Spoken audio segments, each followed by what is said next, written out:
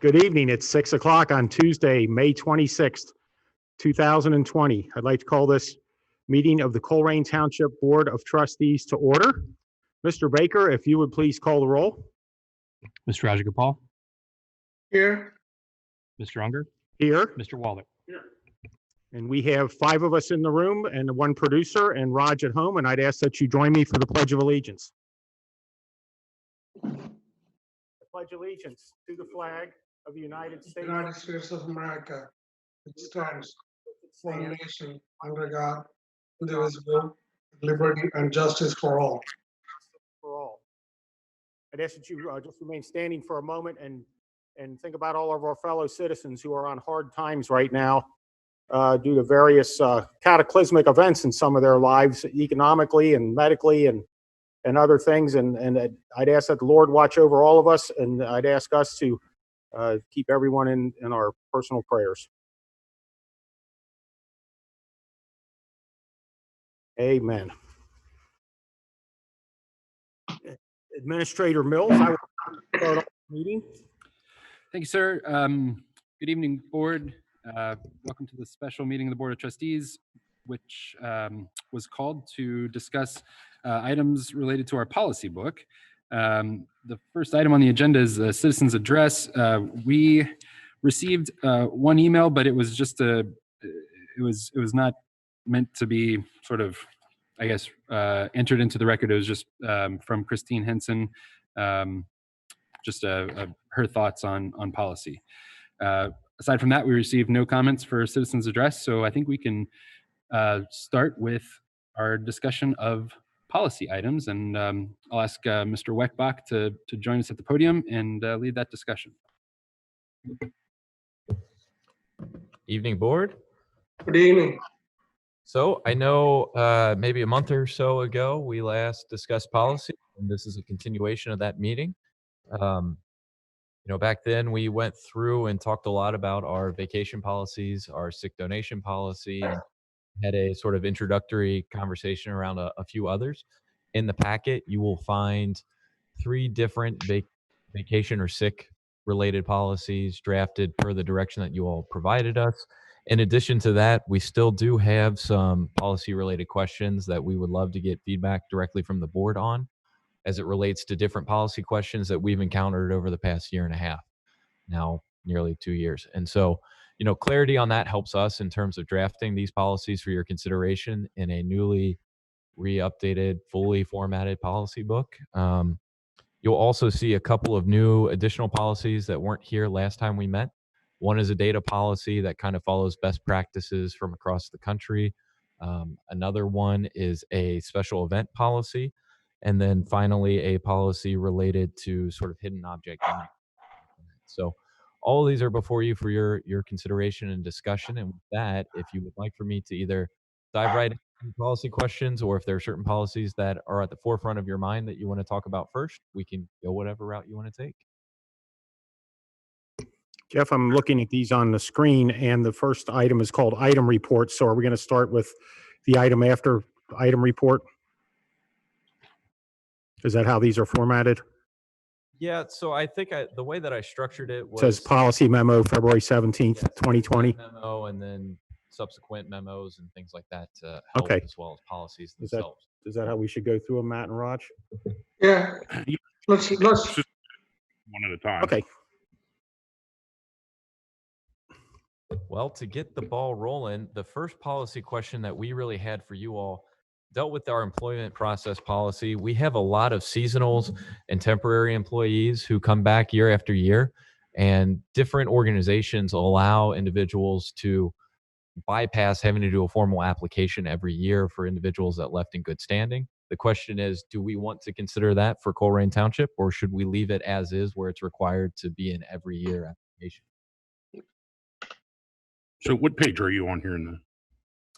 This would be page 3 of the packet, and it is it's item 1.3, employment process policy.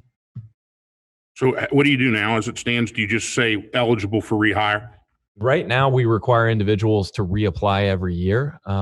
as you know, we certainly have had some turnover in some of our leadership, and individuals that have come from other organizations have seen it done differently. And so they've offered that sometimes it's easier if you have an employee that left in good standing, rather than having them reapply every summer, that they would be eligible to be rehired without going through all the HR processes at the front end.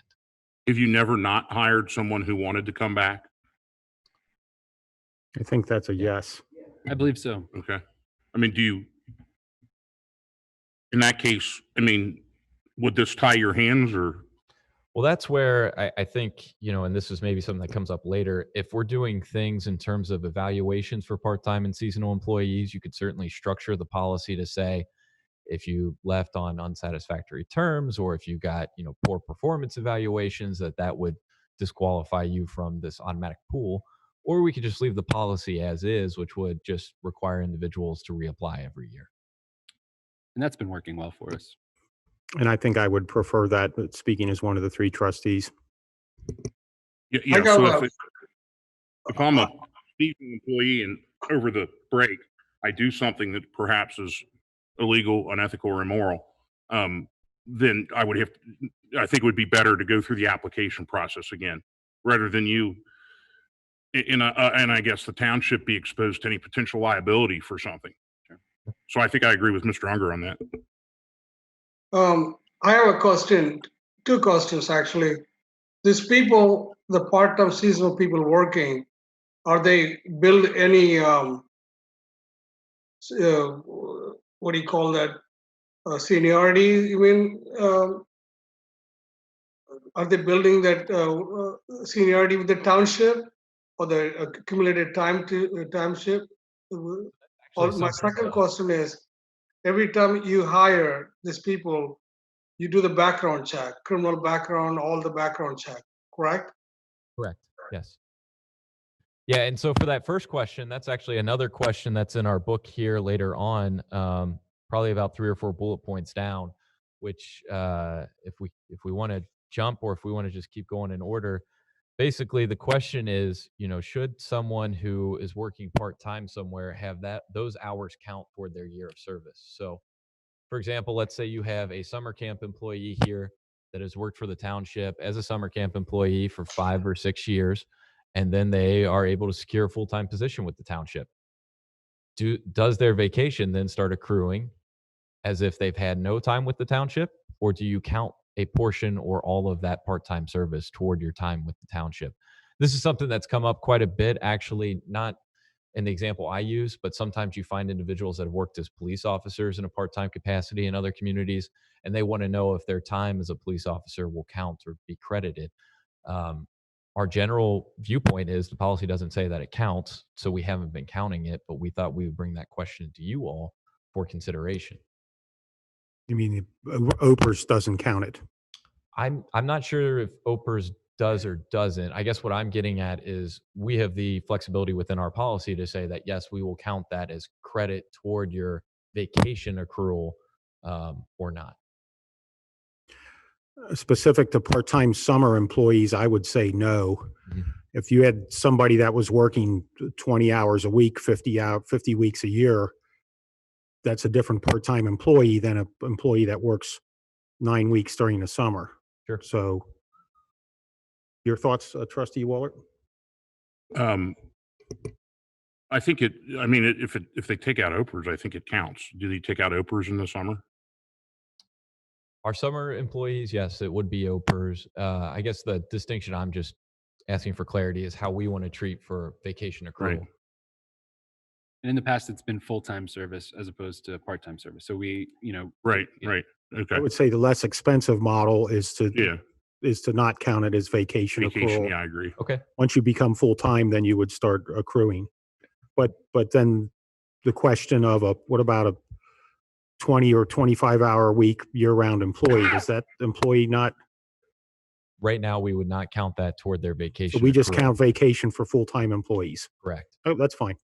Okay. That sounds like the least expensive model for the township. Certainly would be. Yes. Okay. So going back to 1.3 here. Yes.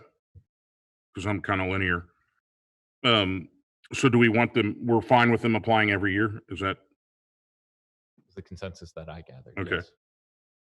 All right, so the next dot is 1.5. Basically, what we're recommending here, not so much question, but just for your all's knowledge before we bring forward a new book, is that we clearly identified that any non-exempt employee is only allowed to work when they're scheduled to.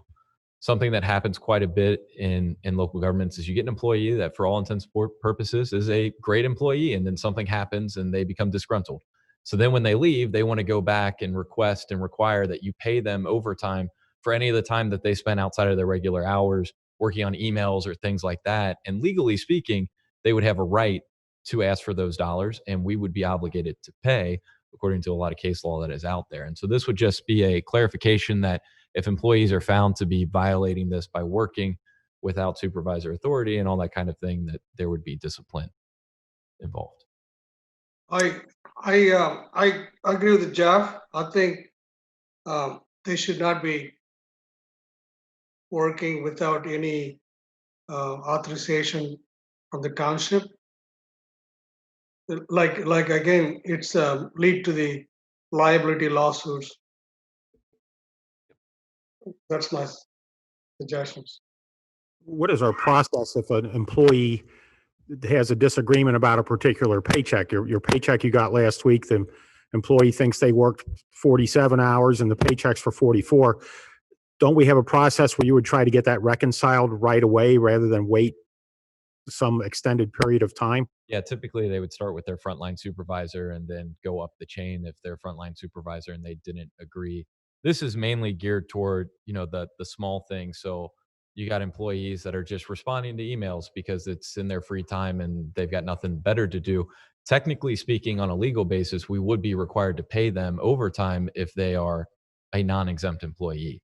And so this is just kind of clarifying and clearing up that, hey, that's that according not okay. And there's statute of limitations too that run with that. Dan, just do it. For the last 15 years, I've been doing this or that. So there's statute of limitations associated with that. And Scott, this is Jeff here. When you speak, would you mind clicking on your video camera also? Yes, Scott, we're just getting your voice. I don't see your wonderful face. Well, I think the host hasn't allowed me to do any video, Okay. is what it's telling me. So he's working without authorization right now. So he's I believe that you work as you are authorized to work, and if it's Sunday morning and you're trying to catch up on work you didn't get completed, or you want to get it done Sunday morning, Hi, Scott. that's your business. But you're assigned a number of hours to work, and I think we all do work outside of our work hours, and I don't expect to get paid for it with my day job. And I know that Jeff and Jeff all work outside of their regular hours, and I if you choose to do that, that's your business, and that just gets to be an accounting nightmare. So I would say no. Yeah, and there's a difference between exempt and non-exempt is one in which you're an hourly employee and you're assigned hours 8 to 4:30 typically. In Colerain, outside of those hours, you're not allowed to work basically. But for us, most of the administrative staff, we are exempt from FLSA. So for hourly employees, if Right. you decide to get on your email Right. at night and look up something so that you're better prepared for tomorrow or whatever, thank you. We appreciate your volunteer time you're offering. Well, no, we would say that you're not allowed to do that. And per this policy, you're not allowed to do that. And actually, there's discipline associated with that because regardless of whether they say that they're volunteering or not, at the moment, in the future, they could say that FLSA requires the township to pay them. So we're saying you may not do that. It is I forbidden. understand. Yeah, forbidden by the township. So, Mr. Mills, don't we have one part-time fire administrator, fire captain, or Chief We have a Miller. few part-time. chief? How would it apply? Because that's generally been my experience. It really matters with, you have a part-time fire chief who's probably at many times kind of expected. I mean, or because of the nature of the job. his hours just would not be allowed to exceed the statutory maximum. Could he log that as an hour? Yeah. Okay, Yep. because I don't want him not answering. Right, Yeah, that's what I'm getting at. Okay. Yep. So do all of our hourly employees have what you just described for the fire chief, a statutory maximum number of hours they can work? For part-timers. Yep. Yeah, and one of the things that you'll notice in our new job descriptions, at the top of every job description, there's a caption that says whether that job title is FLSA exempt or non-exempt. And so this would apply to all non-exempt employees. Yes. All right, moving on to the next. It's pretty good. I think Raj said something. Yep. Raj, did you have a question? No, I think you're right. We need to change that. Yeah, good. Go So the ahead, next- move on. Yeah, Oh, sorry. Go ahead, Raj. yeah. I'm fine with that. So the next one is more of a preference for the board. I don't know that there's any necessarily internal consensus, but do part-time and temporary employees, should we be evaluating them quarterly and annually and using the same tools and parameters that we use for everyone else? I think What we is should use them annually. So if they want to come back, use that tools to hire them back or not.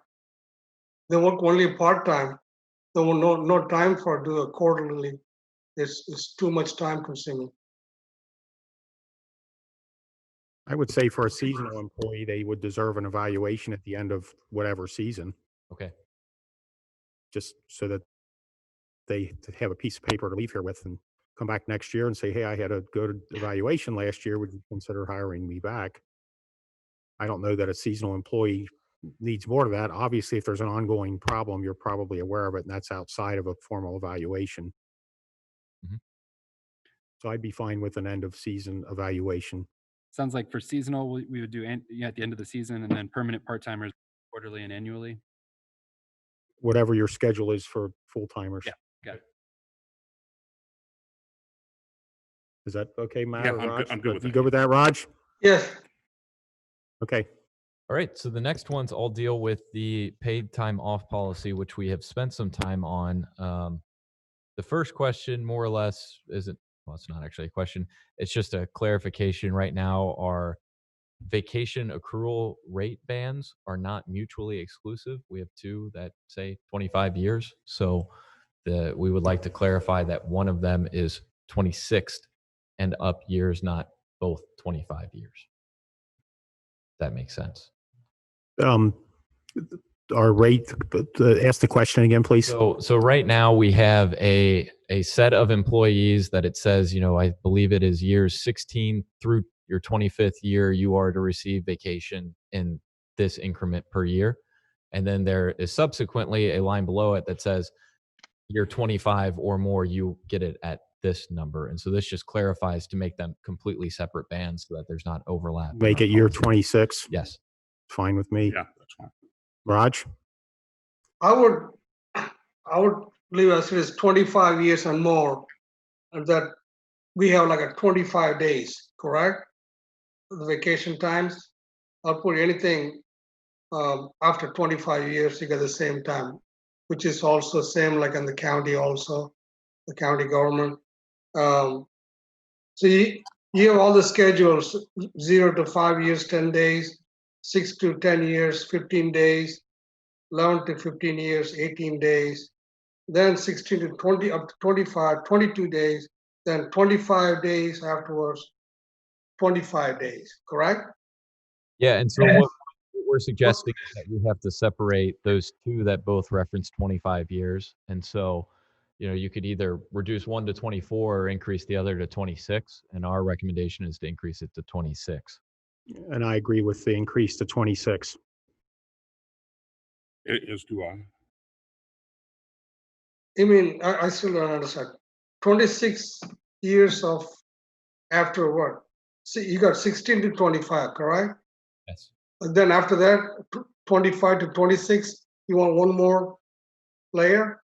Well, no, what we're suggesting is to just make it read 26 or more as opposed to 25 or more, because the number 25 actually appears and could be both 22 and 25 Okay. days. I go along with that. To make it 26. The next question is a bit of a meatier one in my mind, and is something that I don't know what the best approach is. But when it comes to allowing years of service credit to count from other communities, right now our policy allows anyone who worked in Ohio, Kentucky, or Indiana to have those years count toward vacation, but not necessarily anything else. And it doesn't stipulate whether or not, say, federal time counts. So if I was a federal employee working in Ohio, does that count? If I was, say, in the military and I spent a year in Ohio and 2 years in Georgia, does that count? And so this is where we're asking for some clarity on, do we want it to extend to any governments outside of Ohio, Kentucky, Indiana? Do we want it to extend just to those? Do we want it to extend to military or federal time served and things like that? So, certainly direction from you all on this would help us to know. And what is it? How is it right now? Right now it says Ohio, Kentucky, or Indiana, but let me give a little bit of an aside here. We had an employee that was a former military employee, and we weren't sure how to count their time. I think after a lot of back and forth internally, we said, well, if they were physically stationed in Ohio, I guess we could count that portion of time that they spent in Ohio, but it just wasn't clear in our policy how to treat those situations. I would count military time in the United States military and Ohio time. Okay. If you work in Batavia and then Delhi Township and then here, Yes. your Batavia years, your Delhi years, and your here years, that's how it's currently counted? Yes. One of the difficulties of our geography is that our labor pool extends to 2 other states. So, oftentimes, folks will work in Indiana for part of their career, and we count that right now. The question is, do we extend that to military and other federal service? Or even other states. I mean, to the Or- extent that you wanted to recruit somebody out of the state of, say, Michigan. Michigan, right now, their years of service, they could be a 25-year veteran of Michigan, but not be able to count any of that time toward vacation here. And that's fine as drafted. It's just a question that we wanted to raise. So what other aspects of someone's career in Kentucky or Indiana count besides vacation time? If you work in Indiana and come here, do you bring sick days with you, or does your Indiana employer pay those out when you leave? I believe that you can transfer your sick time. I'll have to double check that. I do know that depending on your retirement system, some of them will allow you to transfer your years if you're transferring all of that you have in their system in.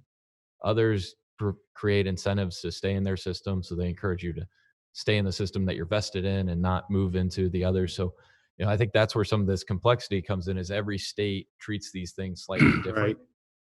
I would have to defer to Scott and say, what is the law? I'd be fine counting United States military time and time that you worked in Ohio towards your career in Ohio. What's the law on that, Scott? Do you know offhand?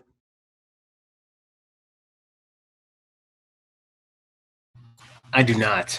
We'd have to look into that, and I'm sure there's all types for each state. It might be a little different, and that'd be something we'd have to look into. And I was wondering that myself, if there's not requirements with respect to federal. I don't know that those answers off the top of my head now.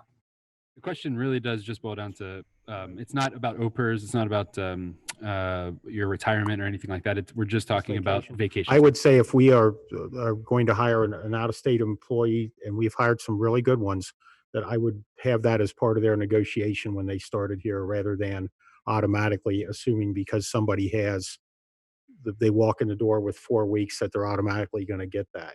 Well, that would then put us in a place where we would have contracts with each of our non-union people. And right now, there's only a handful of us that have separately negotiated contracts that stipulate those things. That's why we rely on the policy book for all, Unless you were to de-legislate that portion of the policy book, there are other communities that allow. But what if we make it for new employees moving forward from this day? Sure. You could do that. And of course, I want to hear from Matt and Raj too. I respectfully disagree. I don't like that because I think it puts administration in a position where they can be accused of playing favorites and saying, you paid this person X or Y amount because you knew them in some kind of previous personal or business relationship. And the point is, you guys go to all the same types of conferences for you, COVID. And you know, I can pull out something and say, see, you both were at the planners convention in wherever, Dayton, Ohio, and that's where you cook this deal up. And it puts you in an awkward position with that. In my mind, it's like teachers. We have a contract. It's a step. And you know, you go by step, years experience, and it takes it out of the principal's hands. Is my only issue with that. I do think it's important to count like Kentucky and Indiana because there's a significant amount of talent in the tri-state area when it comes to public administration. Northern Kentucky University manufactures a lot of good master's degree candidates in public administration. Many of them may live in Ohio, I don't know, but many may live in Kentucky too. I wouldn't want to limit them from that. You know, under normal circumstances, I'd be like with Mr. Unger and say, well, that's something to negotiate if this were the kind of the private world, but in the kind of the government world, I don't know. I kind of sense it's a little bit more constricted than that. I can't help that's where I come from. I know. The other thing to keep in mind is Hey, that Jeff, I got an issue. Okay, these people work in the government entity, the government from other states. They're eligible for the OPERS, senior, you know, the retirement. It add the years to them. Okay, right? If you work in Kentucky, you come to Ohio, that years, but you work in Kentucky 2 years, you come to work for Ohio Township. That 2 years will count to the OPERS, correct? no, that's the important thing that we were trying to differentiate is that this is not about retirement. It's about just vacation. So we're not Vacations. Now, what if these people work there in other states? They already cashed out the vacation, and they come here and telling us in Colerain, "Hey, I worked 5 years in Indiana. Then I want that 5 years of vacation time here add up to the Colerain." Yeah, I don't think we would be giving them 5 years of vacation. It would just be they would come in at the 5-year level. So if the 5-year level, for example, is 2 weeks, then they would get 2 weeks vacation. A 6th year is a better example because that's a break. So in your 6th year, you get an extra, I think it's a week vacation. So so do you start somebody with 2 weeks vacation and 6 years experience, or do you start somebody with 3 weeks vacation and 6 years experience? Do we count their experience somewhere else when it comes to giving them vacation here? We aren't giving them 5 years worth of vacation. It's just that's what they begin to accrue here. So you starting to say they're working 5 years in Indiana, they come to Colerain, so they start with a 5-year vacation, like a 5-year starting time, 5 year worth of vacation. But that vacation times won't add up anything like that, correct? Correct. It's not like they get year 1, 2, 3, and 4. It's not like they get 10 weeks of vacation. They would just get the 2. And you got to keep one thing for everybody to keep in mind is that there's a marketplace for labor, and we are competing against other our peer communities for people. And in order to attract the best and brightest, it's hard to say to somebody who has 10 or 15 years experience, hey, come to Colerain, and you get 2 weeks of vacation. That's a difficult sell. We'd have to increase our salaries in order to compensate for that. So as we all know, there's 36 million unemployed people right now. So there's a little bit more choice out there in the marketplace. But let me ask you this. So somebody comes from Indiana and they have 9 years in, which would give them, I guess, 3 weeks of vacation.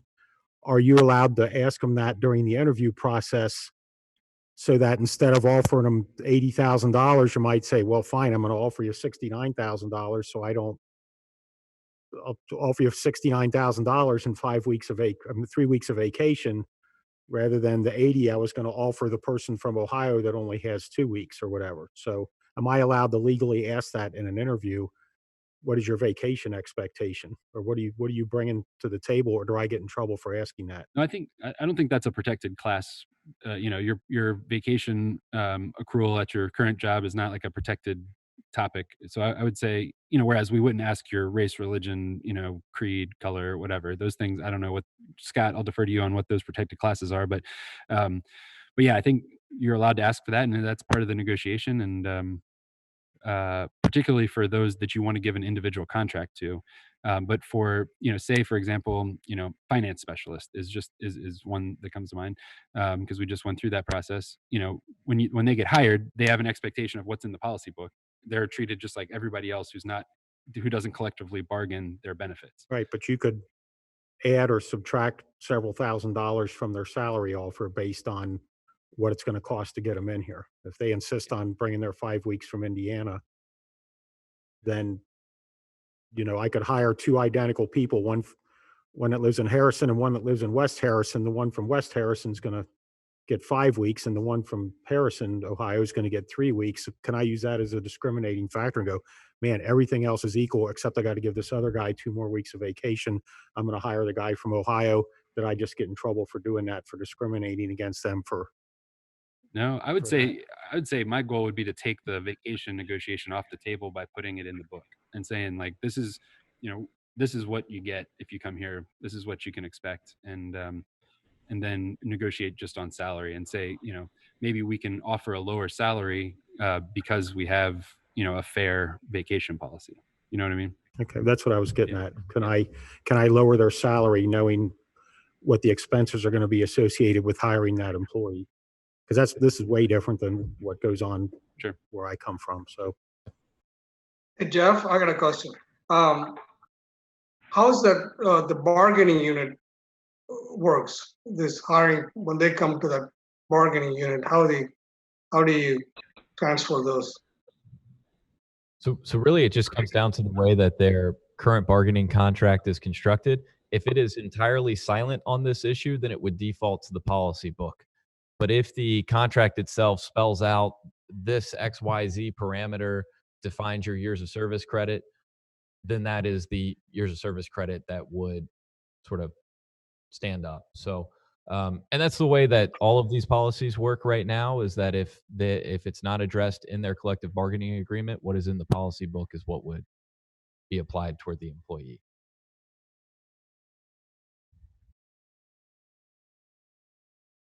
give us here. What do you guys want to do?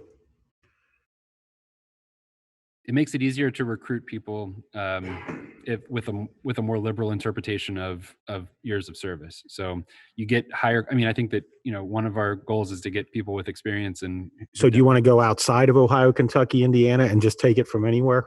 public service? Yeah. Public service. You already beat me up pretty good. I'll stay with Ohio, Kentucky, Indiana. If somebody wants to move further than that, outside of Boone, Kenton, Campbell, Gallatin County, or Dearborn, or Franklin, or Ripley, or Jefferson. wherever. I would say from a practical point of view, if it's somebody, I don't want to use Michigan because I don't want any Wolverines, but if it was, somebody coming from Pennsylvania, the offer is already attractive enough for them to make a move from Harrisburg, Pennsylvania to Colerain Township, that we wouldn't need the, that extra incentive. And I don't know, have we hired from outside? I mean, in those 3 states? Yeah, I'll give you a personal example. I moved here from New York in 2012. That's right. I keep thinking of you as Covington, but Right. you worked here for. And New York is billions of dollars upside down because of the way they've run their government. So I think that you've just answered the question for the board. I'm fine with Ohio, Kentucky, Indiana. There's a lot of other states that are so screwed up from the way they've run themselves that I'll just stay with Ohio, Kentucky, Indiana. I think hey, Jeff, I think most of the jobs, especially when we do like a nationwide search.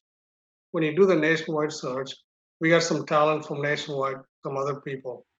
That gives the incentive when people live, like Matt said earlier, incentive for the people to come and apply for this job. And if you offer this if you limit Indiana, Kentucky, then you're limiting your nationwide talents. You're not offering anything extraordinary to other people. I think if we to expand that, instead of just for 3 states, anyone work for the government in any other states will also be eligible for this kind of opportunity. Yeah, and we have folks, for example, for the senior planner position from Oregon, and maybe that was the farthest afield, but yeah. So I mean, there are people that are interested in coming here.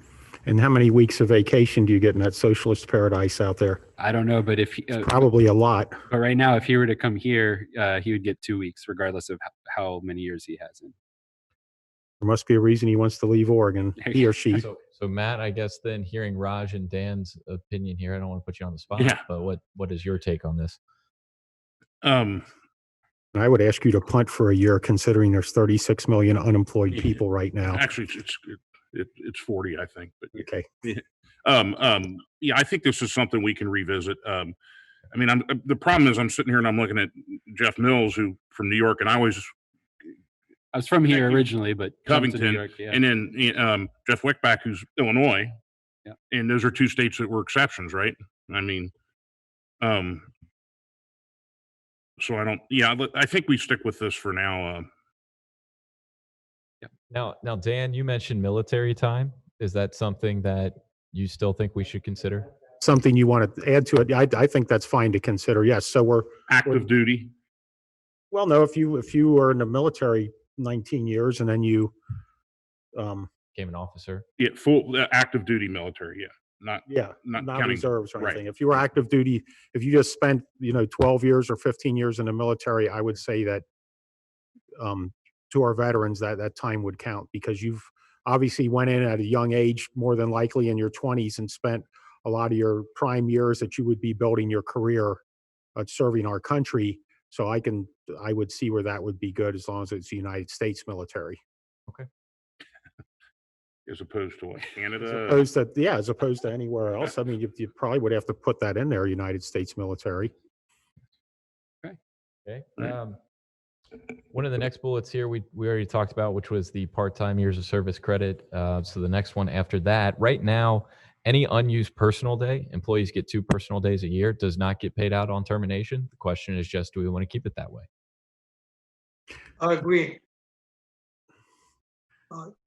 The design of a personal day is to use it to handle your personal business when it has to be done on a weekday. And if you need to use it, please do. I do not want to pay those off upon termination, especially at the day you start here and the day you leave 22 years later, your pay rate has changed a lot. I don't want to take days from pay year 1 and pay them out at year 22 rate or whatever. So I'd say use them or lose them.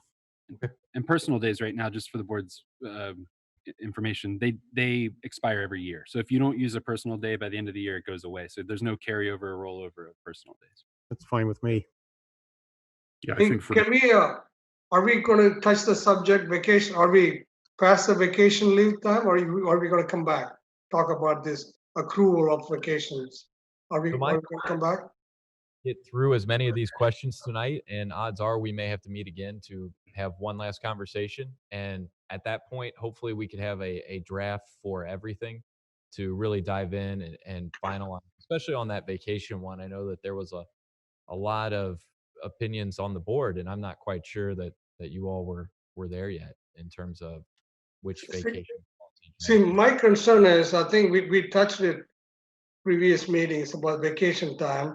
Like the practice now, you put the vacation time, the anniversary day, they want the beginning, Then we brought it. I saw in the agenda here in the agenda, in the red letters, in the vacation time. Is there a new format, like a 0 to 5 years? You get 3.08 hours. Then 6 to 10 years, you got 4.62 hours. Then it goes on to 11 to 15 years, 16, 23 years. It comes to like 11 to 16, 25 years. You got 6.77 hours. You said it in the red one, and right in the bottom. So this is going to be a new policy, or are you going to still use the same policy? Your anniversary, you put in like 80 hours on the book. Vacation time. From the board at the conclusion of the last policy discussion was to draft policies that reflected a couple of different iterations of the vacation policy. And so that was one iteration for you all to consider. After that, I believe that there is another iteration in there as well. That one, trying to find it here real quick.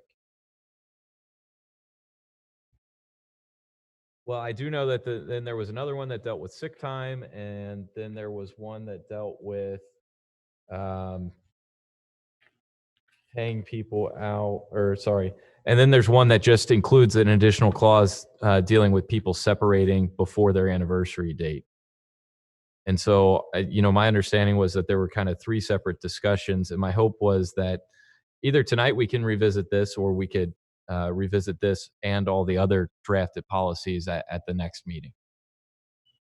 We're just hoping that because it's a topic that there isn't clear consensus on right now, that we could put that in the parking lot for a minute and then try to get through some of these other ones and come back. Table, let's put that Yep. all aside and get through some of these other easier ones. Yep. Okay. Is that okay, Raj? Yes. The next bullet point is just more of an FYI. Right now, there's a nuance in the collective bargaining agreement as it relates to police officers, where while they're on probation, they're not technically in the union. And so we would need to add some language to just kind of differentiate how we would treat newly hired police officers to kind of coincide with the union contract. After that, the next question is about leave of absence and when we should consider the start of disability leave, and if we felt 3 days, 5 days, or some other amount of time made more sense to consider somebody to be on disability leave status. Could you give me an example where it's come up, where it was 3 days or 5 days or immediately upon disability? I cannot think of an example where we've had this actually happen internally. This is just one of those policies that is in place in the off chance that somebody were to become disabled for an extended period of time, or even a shorter period of time, and how we use that credit versus FMLA and some of the other HR nuances that exist. If somebody becomes disabled, is that based on a doctor's opinion, or, hey, I broke my foot and I can't come to work? Or I believe it would be based on a doctor's opinion in conjunction with the amount of time that they miss. And so if they had a doctor's note, but they only missed 2 days, you probably wouldn't want to consider that disability leave. I guess this is more of a very specific, do you count somebody who is disabled but misses 4 days as opposed to 5? When does that threshold sort of start for us in order to start, enacting other pieces of our policy? And just to be clear, this wouldn't be something, so Chief Cook walk in here, this wouldn't be something that applies to a safety officer who gets hurt on the job, like Correct. I mean, that would be workers' comp type of situation. Correct. this apply to somebody who got hurt not at work, or? Yes, it would apply to somebody who got hurt not at work. It also, pregnancy sometimes gets wrapped in with disability leave of absence as well. And so it affects different types of things like that. Leaving pregnancy aside, because there's a whole set of law with that. I would say a disability starts if you fall down at home on Sunday and you get hurt and you take 3 days off, wouldn't you use 3 sick days? Or you just want to know when you'd be considered disabled so that the other. Right. And I think where this comes in is it starts to get into how we deal with an employee, because later on, and I'm reading through the policy while I've got it in front of me here, we start to get into how we deal with the employee's actual medical benefits and things like that. Right. When does the employer stop paying a portion of their medical benefits? And so when does that clock start to affect when we actually start then paying an employee's or stop paying an employee's medical benefits? I would have to say, without any more explanation from you, when a doctor says that a person is disabled. Okay. Yeah, I would go with that, because I think if we say, well, you didn't meet the 5-day max or the 5-day benchmark, and the doctor wrote the note, yep, then we call Mr. Solomon, Mr. Barbieri, and we're in court, and it costs us more time and effort. And Yeah, I would probably ask Scott to research that. Okay. But it seems to me it would be when the medical professional, when a doctor determined that you were disabled. Well, and then the next question is another fun one, which we haven't had to deal with, but almost did. And that's what kind of made it pop up in our mind. So employees and, they get sick and they apply for FMLA, but there is an off chance that the doctor says, no, you're not sick. You can go to work, but they still insist that they're sick. And so how should we treat that? If the doctor does not certify that they are actually injured or sick enough to where they cannot work, should we then just deny the sick leave and require them to use vacation or other time? And so if that's the case, we would like to clarify that in policy. I don't know legally, Scott, if you've ever had to deal with something like that where an employee was unable to get medical certification for an FMLA case, but that would certainly help us to understand what to do. Well, it doesn't always have to be them. It can also be their kids too. So, but typically it's verified in some manner by a doctor. And it can be a psychiatrist, I guess, too, if they've got an emotional issue or Right. That's correct. they just can't function at work because there's a lot of other things going on in life, for example.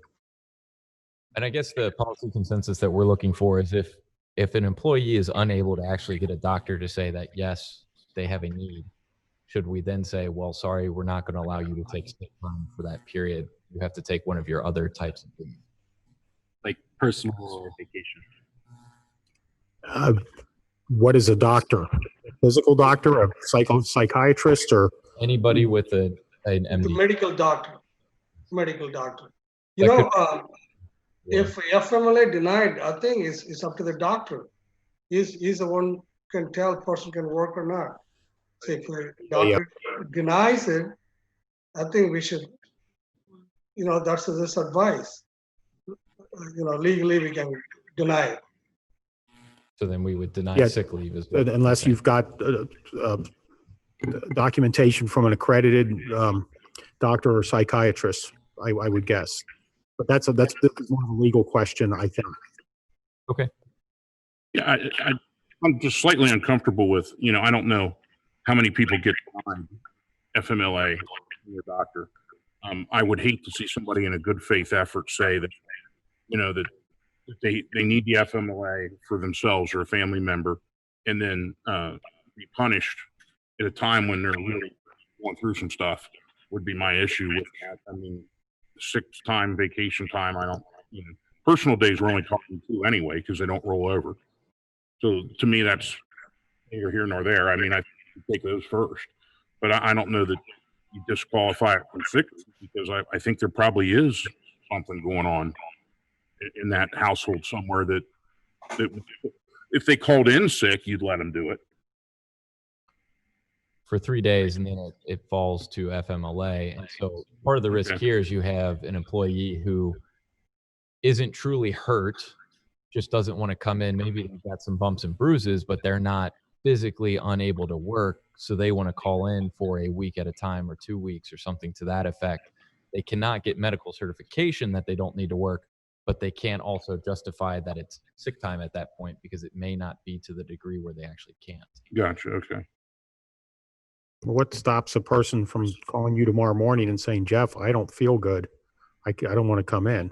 I believe under policy, we can require them to get a doctor's note for that, or we can leave it silent for up to that 3-day period. And then we would require it at that point through the medical certification. The other piece too with FMLA and the way that we approach it is it's a rolling schedule annually. So you get hurt tomorrow, that starts your 365 days that you're entitled to 12 weeks of leave. So, at the end of that 12 week, that's when it is more of a management decision as to whether or not that employee stays on or not. That's just my take. And so, when you start FMLA, how you treat an employee with FMLA, that dictates some of the rights and responsibilities, both for the employee and the employer.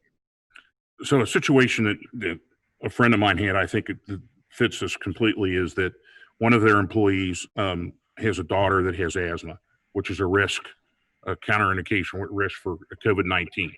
And the school's let out, so she can't find babysitter. So she got the FMLA so she could be home with her daughter. But as a result, I think she got the unemployment and the $600 federal money because it ended up being more than what she was making.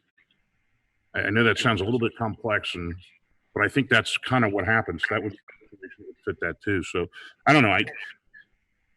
I mean, you say that it's come up, and I have an example when it comes up. I think we follow the legal guidelines, and at that point, then we move it to the management guidelines. And Okay. Hey, Jeff, I got a question. Is the township in the evaluation process of employees, do they have the potential people who abuse sick days? Do they give the high priority on looking at that matter? The people who will abuse sick days, pretty much.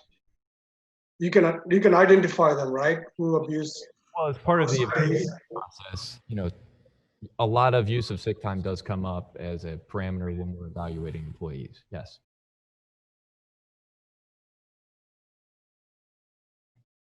So on that evaluation, the chart you use the 3 days who use more than three, lapse of 3 days time, or some people use for first 2 days, they know they don't need a doctor note after certain times.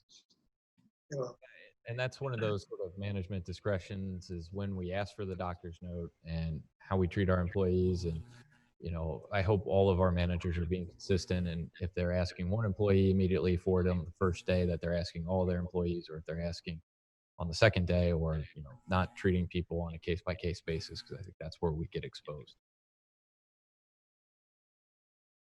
Thank you.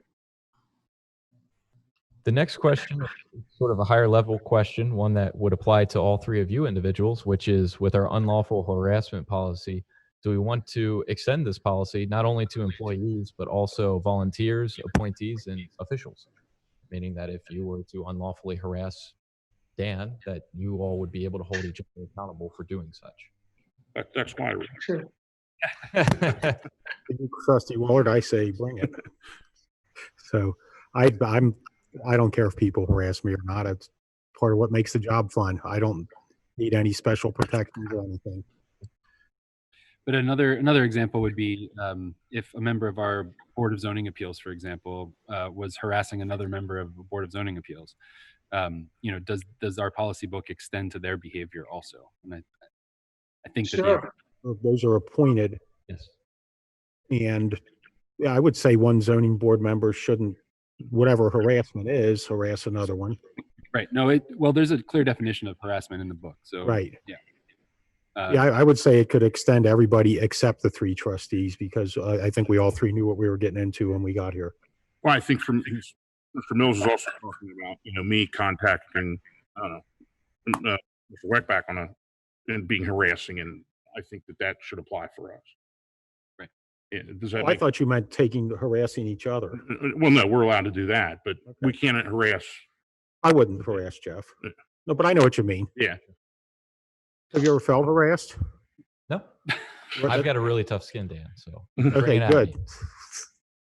No, No, but there have been times in the past when elected officials where employees have felt undue pressure at best from elected officials.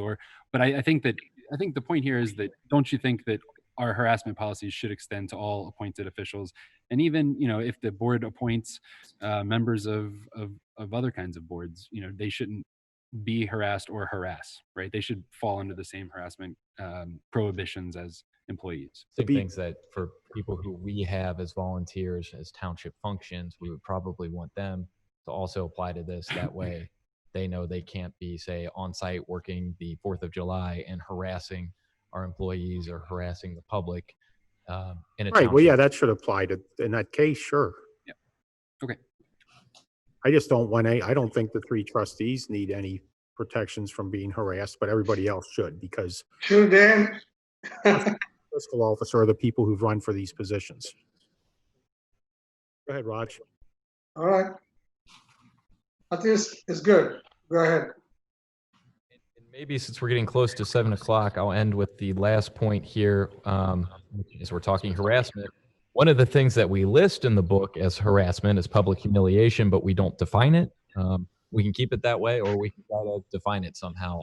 I personally don't know how you define public humiliation, and the question I put is, do we consider gossip as public humiliation, or do we require it something to be as strong as libel slander, or is it like, the definition of what is? I can't say I know what that is either, right? You weren't born yet, but who is doing the harassing? The public, or you mean internally amongst employees? So let's say that I were to go on Facebook and publicly humiliate someone who reports to me on Facebook as doing a poor job for some reason.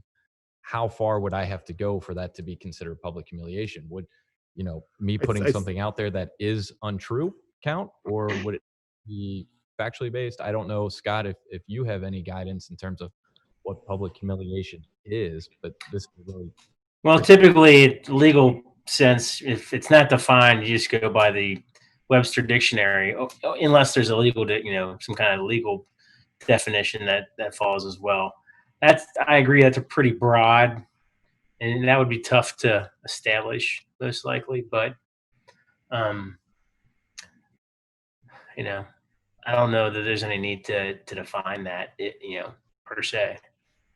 I would say that likely there would probably be, leading up to this, a pattern of behavior. That wouldn't be one isolated incident, and it would be something that the Chief Justice did when he defines obscenity, and he says, "I don't know what it is, but I know it when I see it." Sure. I think is a little bit of that applies. Well, a lot of times too, if someone does something, you tell them not to do it again, they do it again. Now all of a sudden, it's not just public humiliation; they've not complied with an order, and so it's a little easier to, like Trustee Waller's talking about. It's usually a process anyway. That becomes insubordination. Yeah. You know what? I agree with Scott. The continuation of gossip, humiliation of fellow employees, it could jeopardize the morality of the organization, and it will destroy the unity of the organizations. I think you got to cut it when as soon as the problem arises. I think the management step forward. If somebody like Jeff mentioned earlier, talking something about you in posting on the Facebook, things like that, that need to be stopped. It's purely for the keeping the morality of the organization. And the problem with setting libel or slander as a test is, what if it's true? Sure.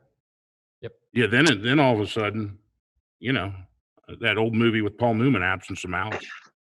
Well, I think specific to your example, I think our social media policy covers what you can say and not say about your fellow employees. Like, Jeff's a good guy, but he can't park a car straight. He's straddled over 2 spots, Sure. Might be true. Is that harassment? I don't know. But I think our social media policy covers your example. So what do you want to do with that? It sounds like leaving it broad is probably the way to go, based on Right. both legal advice and what I'm hearing from you all. I know we're running up against. I do appreciate you all taking the time here. As a suggestion for next steps in the intervening moments between now and the next meeting, certainly if you all have direct thoughts and opinions on any of these policies, sending them directly, by email to staff would help us to draft some. And if you do not, Why don't we plan on having one more of these work sessions to get through some of these other questions? Because this is really, really helpful for us. Great. We'll do it at our next meeting. Okay. So the idea is maybe we have one more of these, get through the rest of these questions, and then at a subsequent meeting to that, we'll bring back draft policies for you guys to adopt. Great. So do I need to ask for a motion to adjourn the work session, or do we move right into our regular session? Motion to adjourn the work session. Motion to adjourn the work session. And I will second the motion to adjourn the work session. Is there any discussion? None. Raj? None. Okay. Jeff Baker, would you please call for a vote? Mr. Rajagopal? Aye. Longer? Aye. Aye. Work session is adjourned at 6:59 p.m. on Tuesday, May 26th. We will start the next meeting in a moment.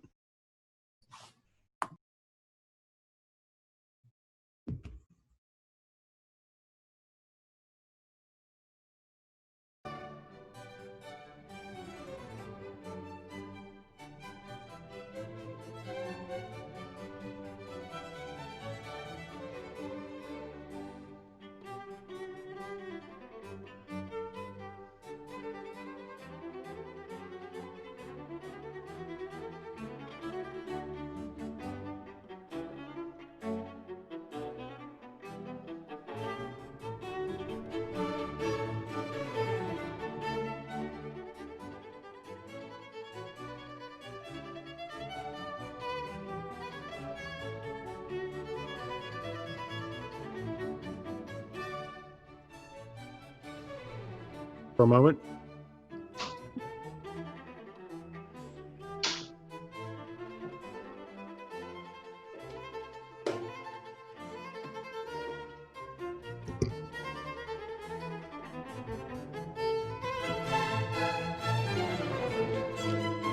If you want me to do half of the,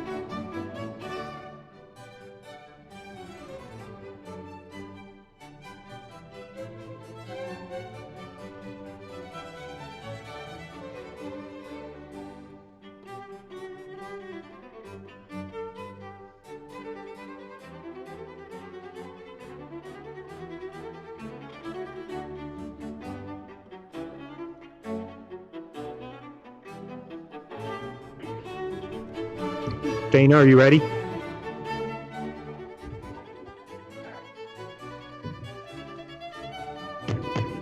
I'd like to call this regular meeting of the Colerain Township Board of Trustees to order. It is 7:03 PM on Tuesday, May 26th, 2020.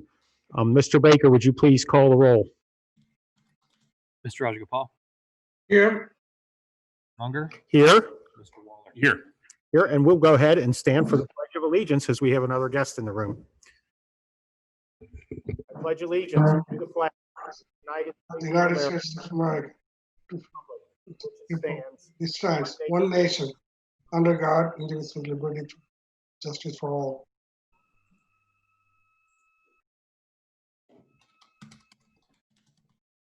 Please be seated.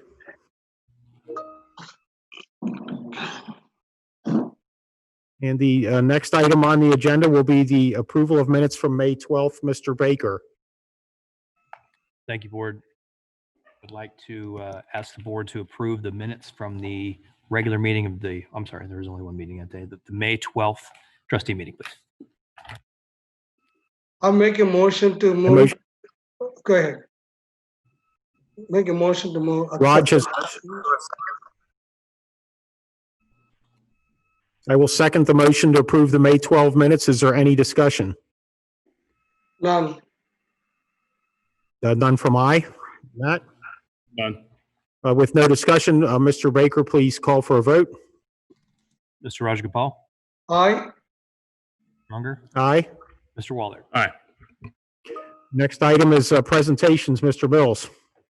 Thank you, Mr. Unger. Good evening again. There are no presentations this evening.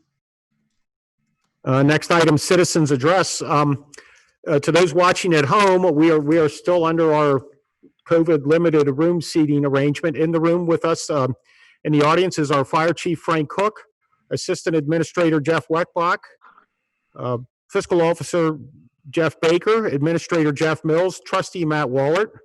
I'm Dan Unger, the trustee. Dana from Waycross is in the back, and on our Zoom call is Rajagopal, our trustee, and we will have various administrators pop up as they come up. We did receive some requests to make comments from citizens address, and Mr. Wallert is going to start off by reading the first few pages of them, and then I will jump in. Thank you, Mr. Unger. The first is dated Monday, May 25th, from Bernie Fiedelday. Honorable Trustee, referencing Northridge Crossing, to do a TIF for residential property such as streets, sidewalks, etc. It's a very bad precedent for now and the future of our community, as this has always been the responsibility of the developer, not the taxpayers. Also, there is no attachment A. Fire chief position, such a very important position. We should be doing an extensive search. How would you otherwise know if you're getting the best? Levy for fire department. With so many folks unemployed, this does not seem to be the best time for an increase to the fire department's budget. Would suggest that the hiring of the new fire chief, they would look into where we can cut costs within the department that would be the proper business decision. Would suggest a minimum target 5% reduction in the budget, very reasonable. Thank you for your time, Bernie Fiedelday. The second is actually, so 2 items sent by this individual, and it says, attached, please find comments for tonight's meeting submitted by Kerry Davis, lead facilitator with the Greater Colerain Community Group, and it's a fairly extensive list. There was an additional email sent that Mr. Unger will then handle that said, look, this is an abridged version. It says the same thing. This would be easier to read. And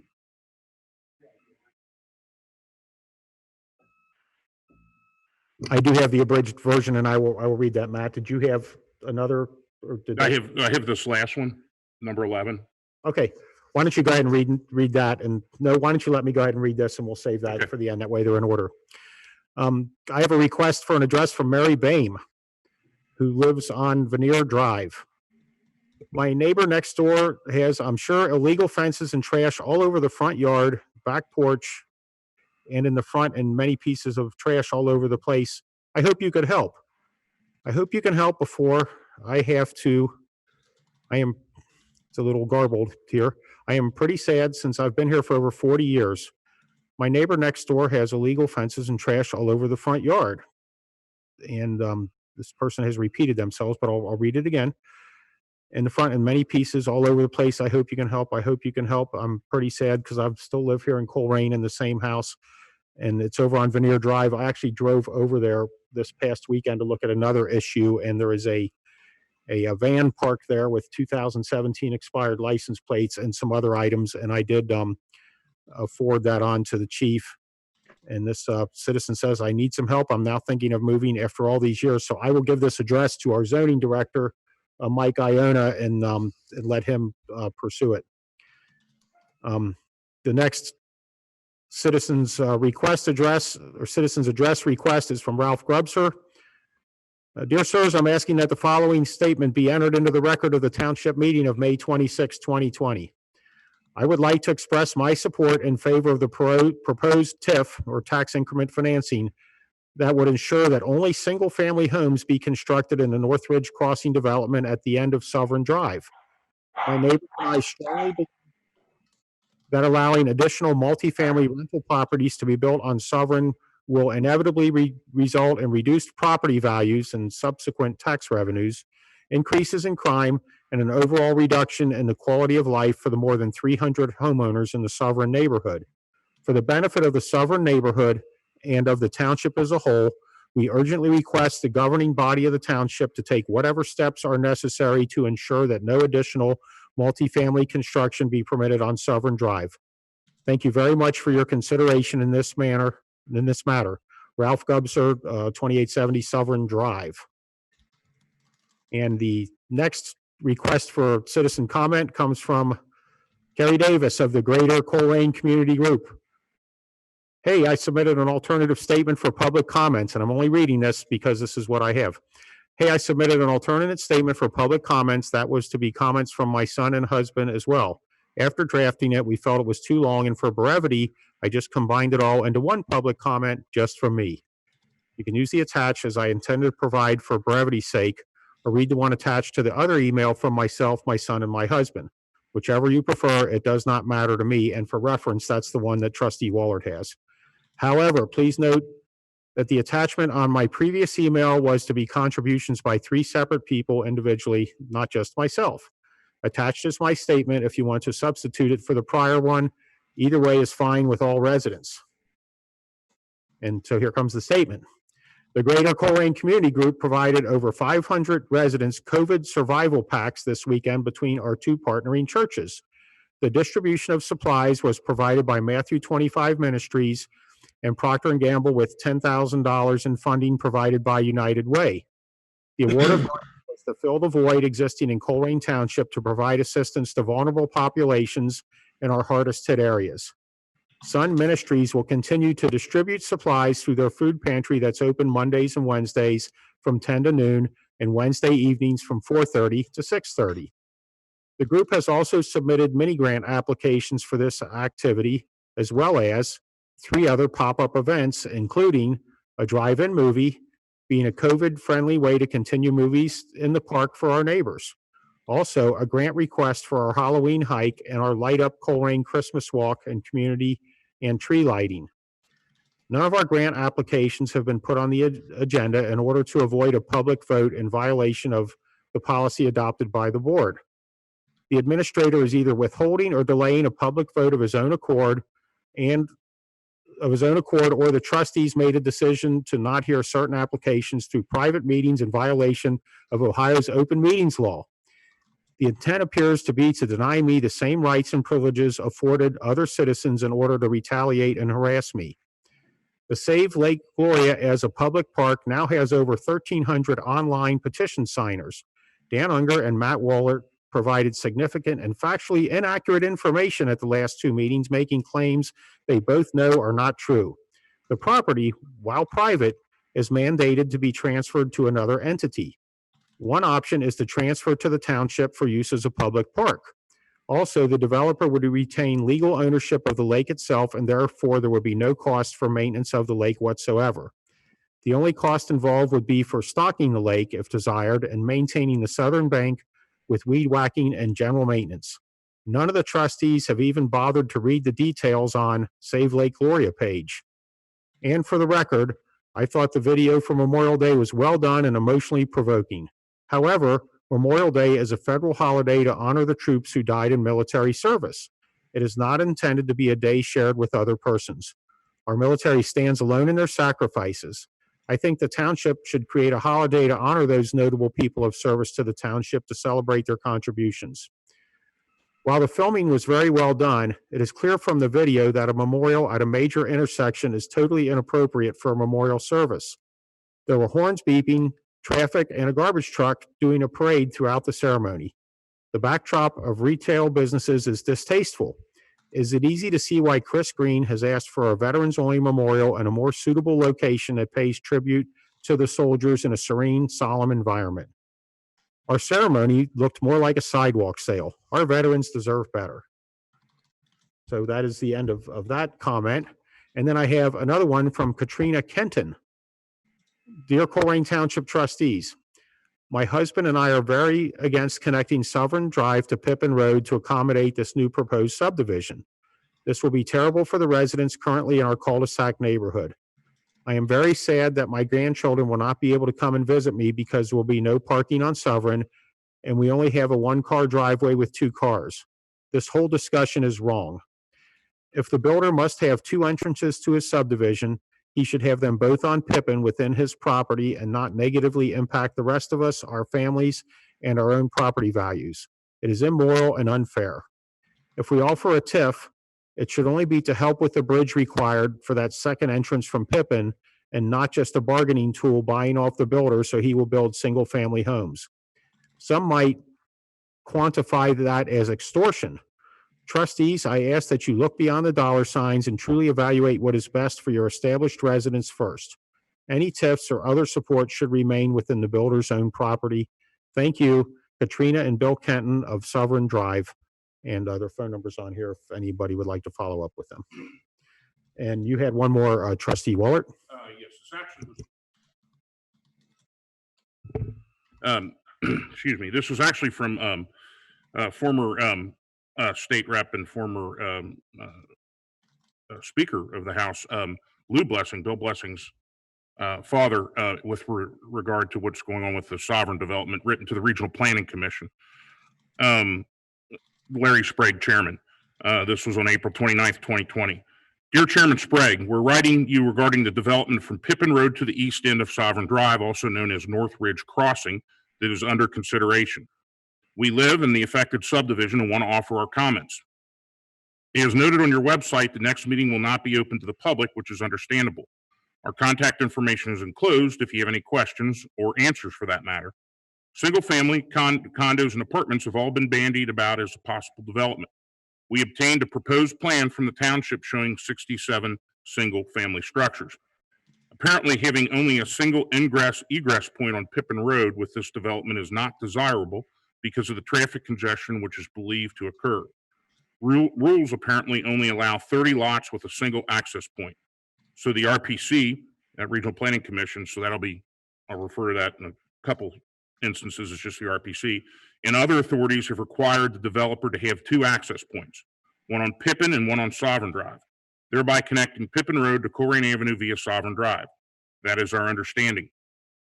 There are currently 321 single-family homes and 84 residential units in multifamily structures located within the existing Sovereign subdivision. There are 2 ingress and egress points, Sovereign Drive with a traffic light and McGill with no traffic light. McGill is a narrow, unimproved blacktop road. The traffic is so dense on Colerain that a left turn can rarely be negotiated from McGill to Colerain. Most people go all the way over to the light at Sovereign to make a left. In addition to these residences, Joseph Buick GMC sits on the corner of McGill and Colerain with access into the subdivision at McGill, and Jeff Weiler Nissan sits between McGill and Sovereign with access into the subdivision at both McGill and Sovereign. Blust Automotive is inside the subdivision on McGill. All 3 of these businesses have very active traffic on Sovereign and McGill. In addition to those 3 businesses, Los Panchos Mexican Restaurant and Red Carpet Motel sit on the south corner of Sovereign and Colerain. And yes, they also have direct access to Sovereign Drive, creating even more traffic. Finally, on Pavlova Drive is the GSL Buddhist Monastery with a large parking lot. The proposal to connect Pippin Road with Colerain Avenue will result in the following. Number 1, obviously increased traffic through the existing subdivision and faster traffic no matter what controls are imposed. People using this connector for a cut-through are interested in getting to their destination quickly, not subdivision safety. Why else would they use the connector? This situation makes the existing subdivision less safe for everyone, particularly the children. Number 2, mandating this connection will result in the loss of property values for every resident in the subdivision. This isn't speculation, it's common sense. In a residential setting, people would rather live on a secluded cul-de-sac than a busy street. They would clearly want to live where there is less traffic. Any realtor will confirm this. Number 3, the new residents in the proposed development will be similarly affected. For all the same reasons, their homes, whether they be single-family, apartments, or condos, will be subjected to the unwanted increased traffic. Number 4, the township and the county's tax revenues will suffer because of the decreased property values.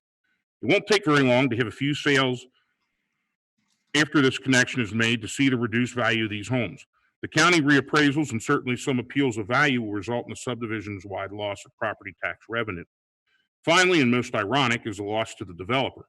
Connecting Pippin to Colerain would result in his homes or apartments or condos being less desirable to the public for the reasons cited above. People would rather own or rent in an area that has less traffic. They most assuredly do not want to be a servicing connector to 2 major roads, so the developer will get less for his product. And whether it is the homeowner or apartment owner, they too will pay less in property taxes to the county and township. So the township is a loser, is the county, the new residents, the existing residents, and the developer. We're at a loss to find any winners in a decision to connect Pippin Road and Colerain. We also do not understand the past and current enforcement of the 30-lot rule. It seems to say any development of more than 30 lots needs more than one ingress egress point. We took a look at the two closest subdivisions, only one ingress egress point, and found the following. The Donata subdivision has 89 single-family homes, and the Ash Hollow subdivision has 79 single-family homes. They both connect to Cheviot Road, and neither has a traffic light, and to our knowledge, neither has had any ingress or egress problems. We're not engineers, we're likely missing something, so if you would, please advise how these two subdivisions seem to disregard the 30-lot rule, yet Northridge is being held to the strict standards of the rule. We're certain there are even more egregious deviations throughout the county. In addition to that, we fail to understand the logic in creating much more traffic in a subdivision which already has 405 residences, as well as 2 major car dealers, a large commercial truck and towing shop, a motel, a restaurant, and a Buddhist monastery. Rules generally serve a purpose, and this one does as well, but for nearly every rule, there's an exception, and the situation is a clear example of a need for an exception, or perhaps change into the rule itself. With all that has been laid out, we would strongly urge you to approve the Northridge crossing development with a single access point on Pippin Road. If you're looking for a compromise that solves virtually every problem described above, consider this. Perhaps phase 1 can connect to Pippin, and phase 2 to Northridge can connect to Sovereign, but do not connect the two. The connection of Pippin to Colerain causes all the problems described herein, so go ahead and build both phases, but do not connect those streets. While this proposal causes increased traffic on Sovereign, it is a far, far better situation than making every group involved a loser in the endeavor. Thank you for your consideration. Ralph Gubser, Lou Blessing. Also, and this was sent to the Regional Planning Commission, Hamilton County Commissioners, Colerain Township Trustees, and the developer were copied as well. Thank you, Trustee Wallert, and I don't think there are any other citizen comments. So we will move on to the next item, which is administrative reports. Mr. Mills. Thank you, Mr. Unger. We'll start this evening with Mark Denny, Chief Denny. Hi, Chief. Good evening. I don't have a report this evening. Okay, very good. Thank you. Mr. Iona from our Planning and Zoning Department. You are muted, sir. Hey, Mike, you're muted. Hey, Mike. Hey, Mike, you're muted. Hey, Mike. Hey, Mike, you're muted. You need to unmute. Am I now unmuted? There we go. Okay, thank you all. Good evening, all. I don't have much to report this evening, but I did want to take this time to update you on the comprehensive plan. Staff continues to move forward with getting public input, researching existing conditions, and laying the groundwork for the plan. I am excited to announce a partnership with Citizens for Civic Renewal. This is an organization that specializes in gathering community input through a community engagement, and they actually reached out to us about a grant opportunity. So this would be free to the township to do civic engagement related to our comprehensive plan. The focus of this grant would be to explore digital means of communicating and gathering input from residents and stakeholders. The program will consist of 4 to 5 segments conducted as night meetings over the course of a month or two. And we're projecting this to occur sometime at the end of June, probably through July. The meetings will focus on 4 distinct areas within the township, and these are based on character and form of these areas. They include the Colerain Avenue corridor, first ring suburban areas, think streetcar suburbs like Groesbeck and Northbrook, suburban areas, as well as rural residential areas. And a 5th segment is also proposed that will focus on Colerain Township as a whole and gathering input on what the overall objectives that the plan should focus on for Colerain Township. Each meeting will focus on getting input from residents that will guide the recommendations as well as the content of the plan. What makes this opportunity so unique and special is that, again, it's focused on getting digital input, whereas a traditional method of getting input is where people get together. They all come down to the town hall, the commission chambers, the library, or a large gathering area. And unfortunately, that's just not possible at this moment. So what's really exciting about this is that we're able to test the latest technology using an unbiased moderator, again, Citizens for Civic Renewal, who will lead this discussion, engage our residents, and they have a very great plan, to take all of that input and then spit it out into something that's meaningful and that will be used to drive the content and the vision for the new comprehensive plan of Colerain Township. Basically, the format's going to be whether you're an individual or maybe if you're a family, you can all gather around the computer. You can log into the session and provide input. And there's going to be breakout rooms, and we'll be using different technologies so that you're not just talking to people or just talking to staff or the people at Citizens for Civic Renewal, but you'll be talking to fellow residents and communicating and bouncing ideas off of each other. So I'm really excited about it. I think it opens the door up to really the next generation in comprehensive plan meetings. Because as I've always said, if you hold 10 meetings, in person, you always probably get about the same, 90% of attendance.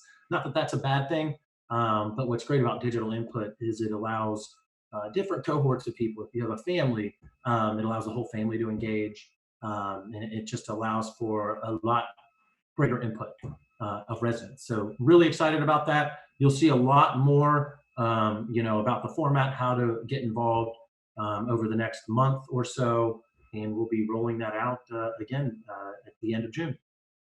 And that's all I have for my report. Thank you, sir. Hey, thank you, Mike, and watch for I'll send you over that information on that veneer for you to put in the system. Thank you much. Thank you. Great, thanks, Mike. Next, we have Jackie O'Connell with our Department of Public Services. Good evening, everybody. I have got just a couple brief things to report on today. As of last week, we finally finished our project of finishing all the cemetery sign repairs. So a gentleman in the community routes the signs for us. The Historical Society helps us place them, and then our parks crew does the heavy lifting. So all the cemetery signs within the past year have been replaced. Drayville Park is opening back up on June 1st. So we're excited to welcome all our paddling community back to Drayville Park on June 1st. We have decided to keep wet play closed as of now, likely for the season, due to the COVID issue. According to our health department, each health department treats spray grounds differently. According to our health department, they are treated like a pool. So we are able to open. However, we are unable to follow all the guidelines the state has put in place for us. It is just too cost prohibitive with how our wet play is set up. So we will not be opening wet play this year.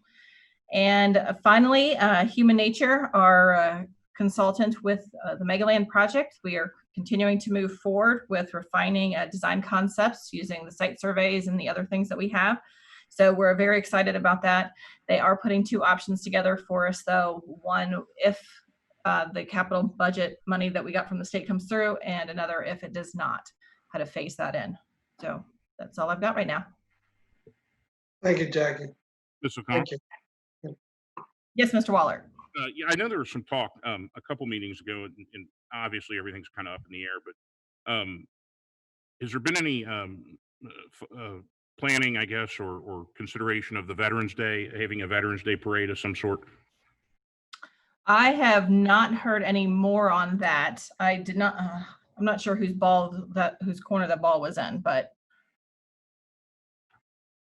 Mr. Mills, could you help me? We can prepare. We can prepare a Veterans Day parade. That's no problem. In fact, last we talked, we were talking about having the parade just go around the Northgate Mall property. That way, we don't have to shut any roads down or do anything like that. If we can get the buy-in from the mall.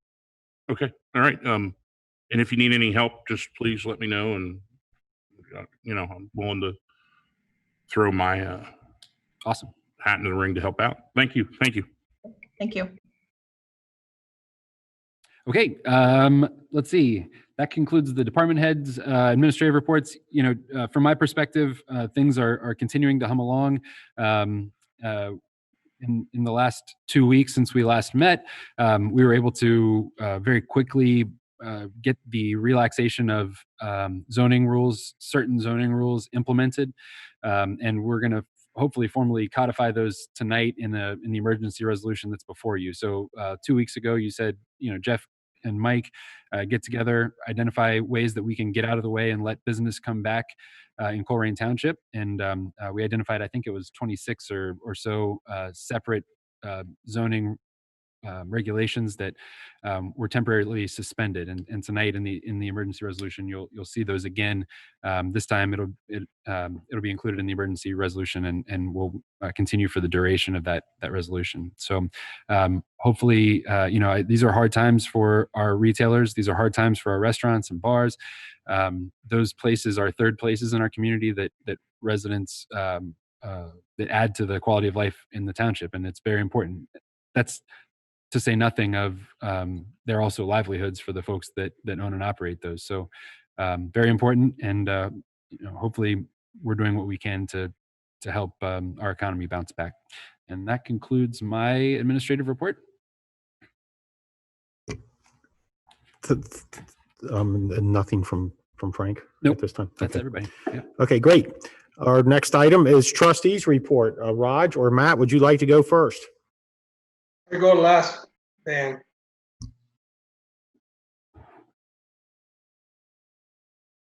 Did you want to go ahead, Raj? Okay. I was going to go last, but I can go ahead. Very brief. A lot of residents live around the Pippin, Wenning Road, came to me.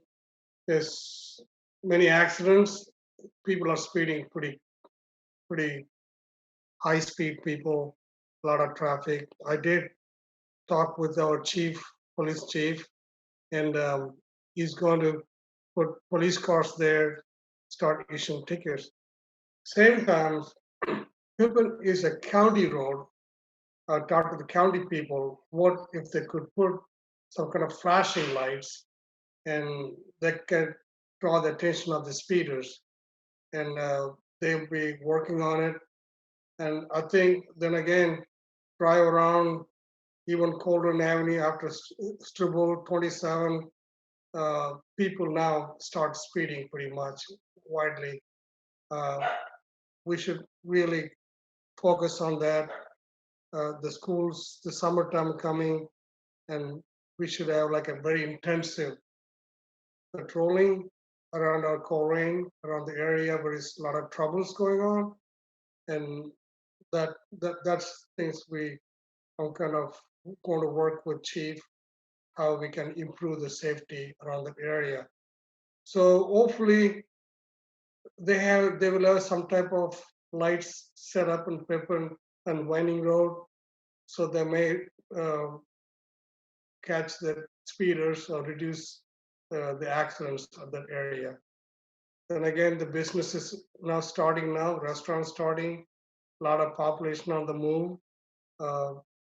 We should be very vigilant. So far, we are so lucky, Colerain Township, we are not stuck with the COVID-19, thank God. And I'd like to urge the people, same thing, wear a mask, keep social distance, wash the hands many times as possible. That's my report. Thank you, Raj. Did you want to go next, Matt? Sure. Thank you. I think probably I'm going to mention the same thing as one of the same things as Trustee Raj Kapal did. Pippin and Cornwall is one of those intersections that have been brought to my attention. A number of accidents. Always remember Cornwall because my grandfather moved there in one of the first homes. But I think it's a flashing light now.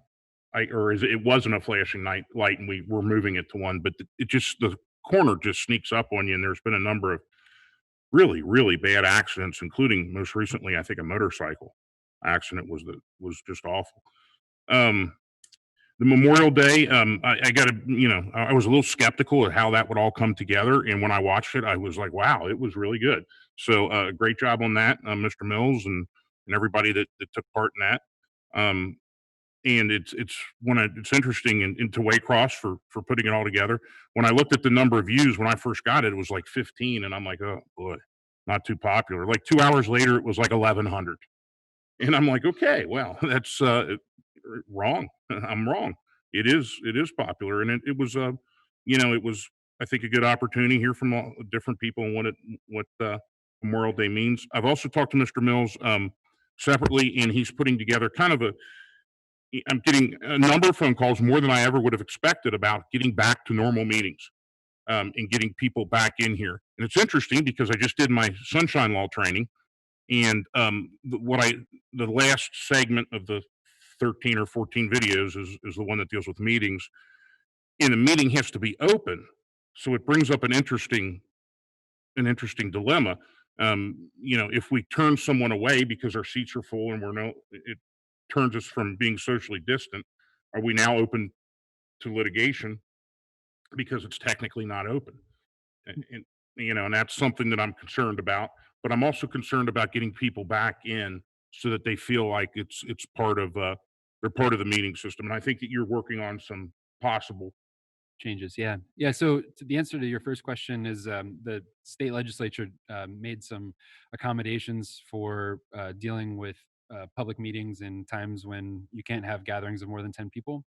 And so, the answer is no, we are not violating any open meetings laws by not having more than 10 people in this room. In fact, we're following the directive of the governor. So, so that's the first thing. The second thing is, right. I've also received a number of inquiries about when we're able to open back up, and the answer to that question is when the governor changes his prohibition on mass gatherings.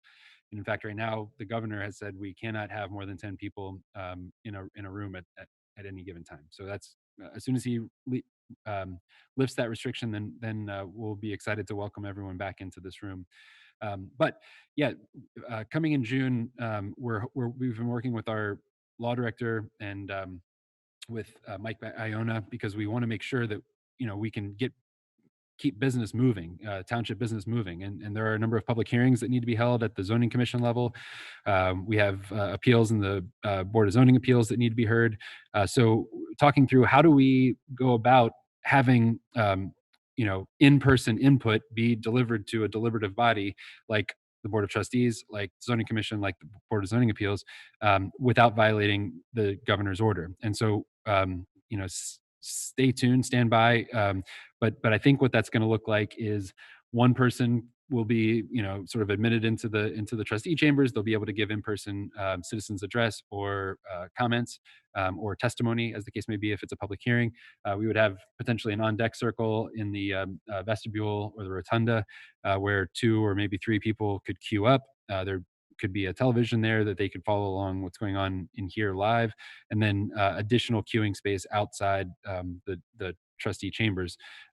So in that way, we could get back to having live in-person citizen address and public hearing testimony without violating the governor's rules. And the sense I got when we talked is that we're going to do whatever we can to get people back in the room. Yes. It may not look like it did before, right? But we're going to do whatever we can, and still, it'd be an interesting time if somebody came in and arrested us for breaking. Yeah, no, we're not breaking doing the rules. Very, very quickly, two other things. I was on a conference call of the township, of other township trustees, and they went over the CARES money and how that's going to be distributed, which I provided you kind of a list of notes that I took. I don't know if they make any sense, but it's federal levels distributing the CARES money, and there's that has to do with the COVID response. And that money then has to be done through a specific set of guidelines, a specific fund, a specific resolution. And those can be found at State Center Blessing has those. The state has not released all the money yet. And the strategy behind that is that they're hoping that maybe some of the guidelines get a little bit more maneuverable. Right now, they're pretty strict. And then the last thing, which I alluded to before, I sent Mr. Mills and Mr. Baker a copy.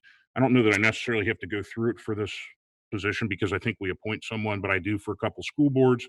I did the Ohio Sunshine Law training for the 5th year in a row, and it is a good 2.5, 3 hours of videos. It's thrilling. Yes, it is.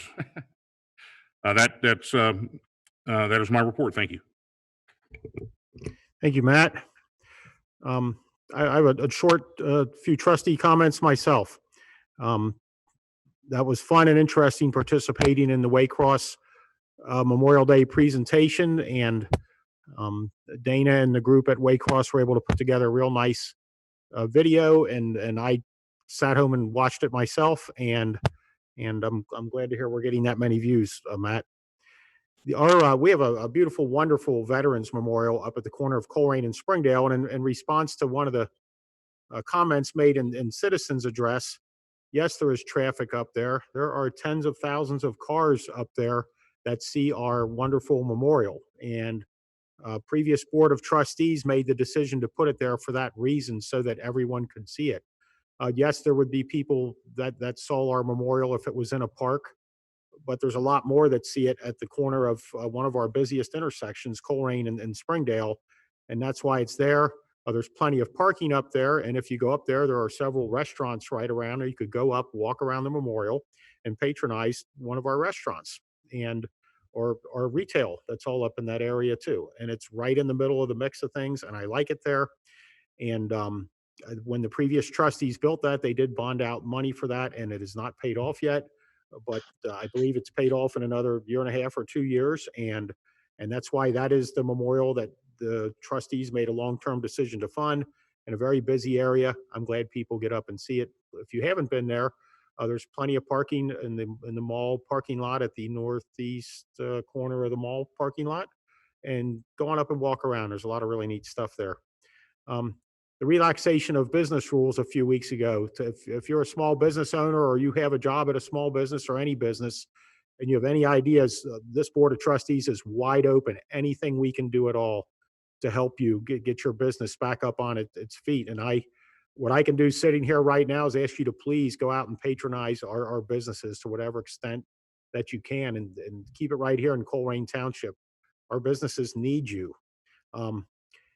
Throughout the course of this over the last few months, with a lot of places closed and nothing else to do, we have set out on a walking mission in our house, and we have walked every Colerain park and some other parks, and I have met some of the most wonderful people out walking around in our many parks in different places, and I'm glad the weather's picked up a little bit, although we had 8 inches of rain cumulatively last week.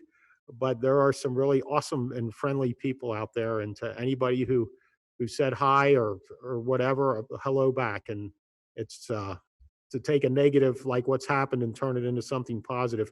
What a great time to get out and walk around in your subdivision or in your community and meet some new people. And that's been the greatest positive that has come out of all this.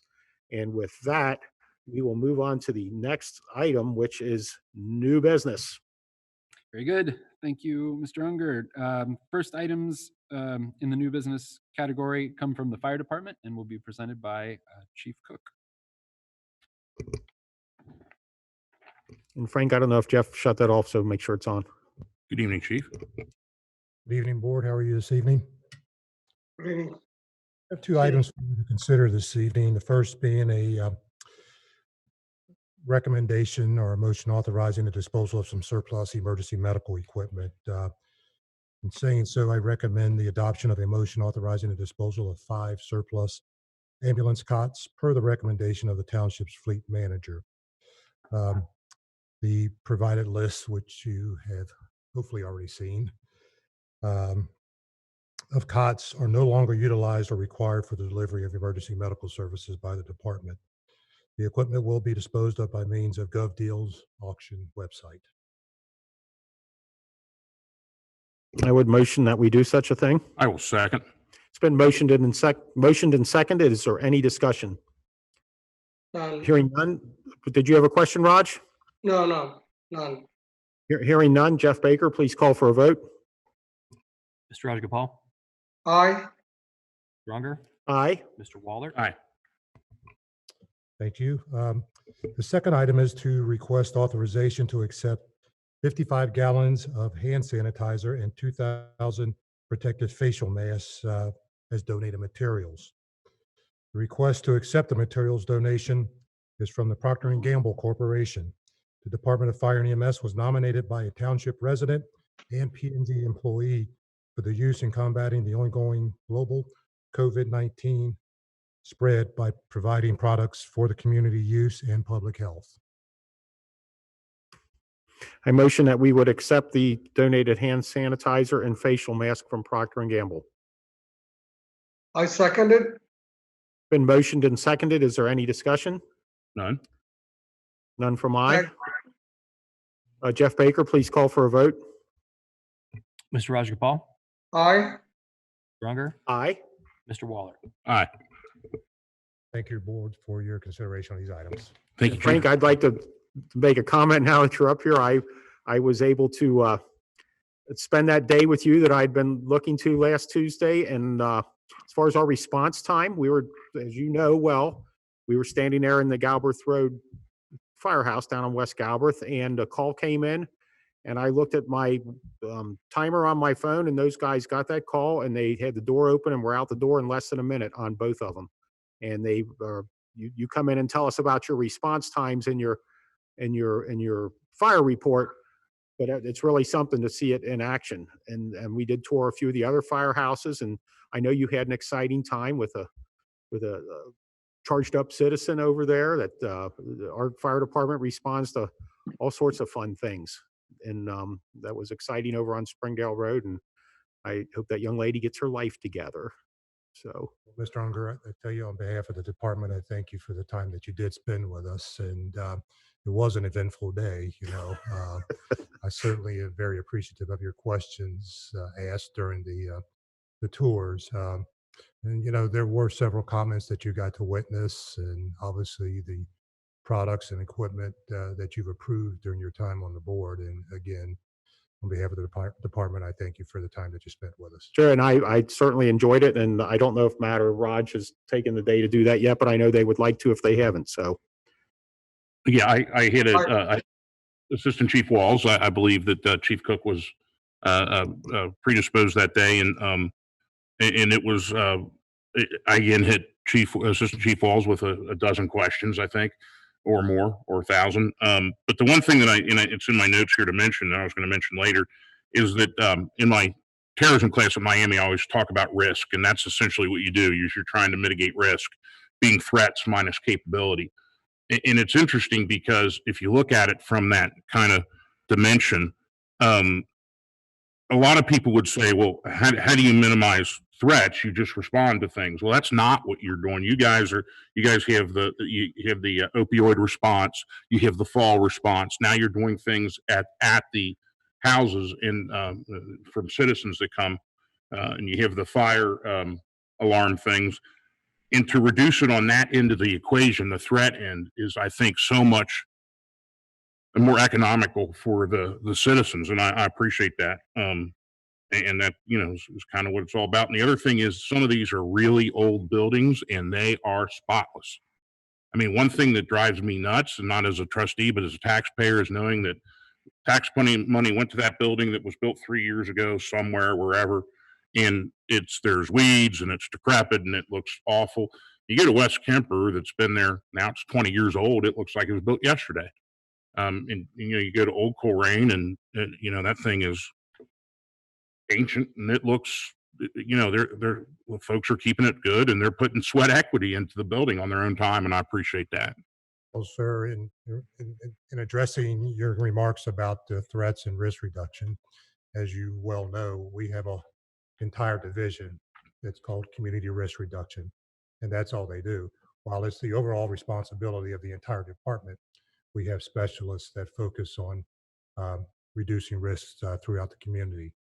And as far as our stations, you know, our people live in these facilities, and regardless of how old they are, the expectation is that they be maintained, not only by our folks that have to live in them on a 24-hour basis, but you know, when maintenance items or maintenance issues occur, then we try to get them addressed as soon as possible.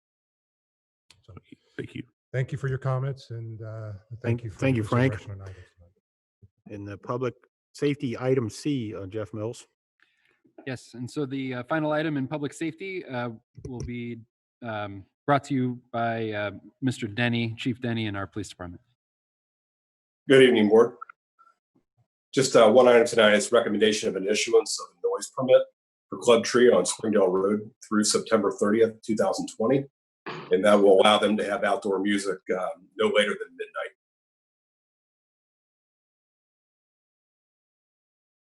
I motion that we would approve such a thing.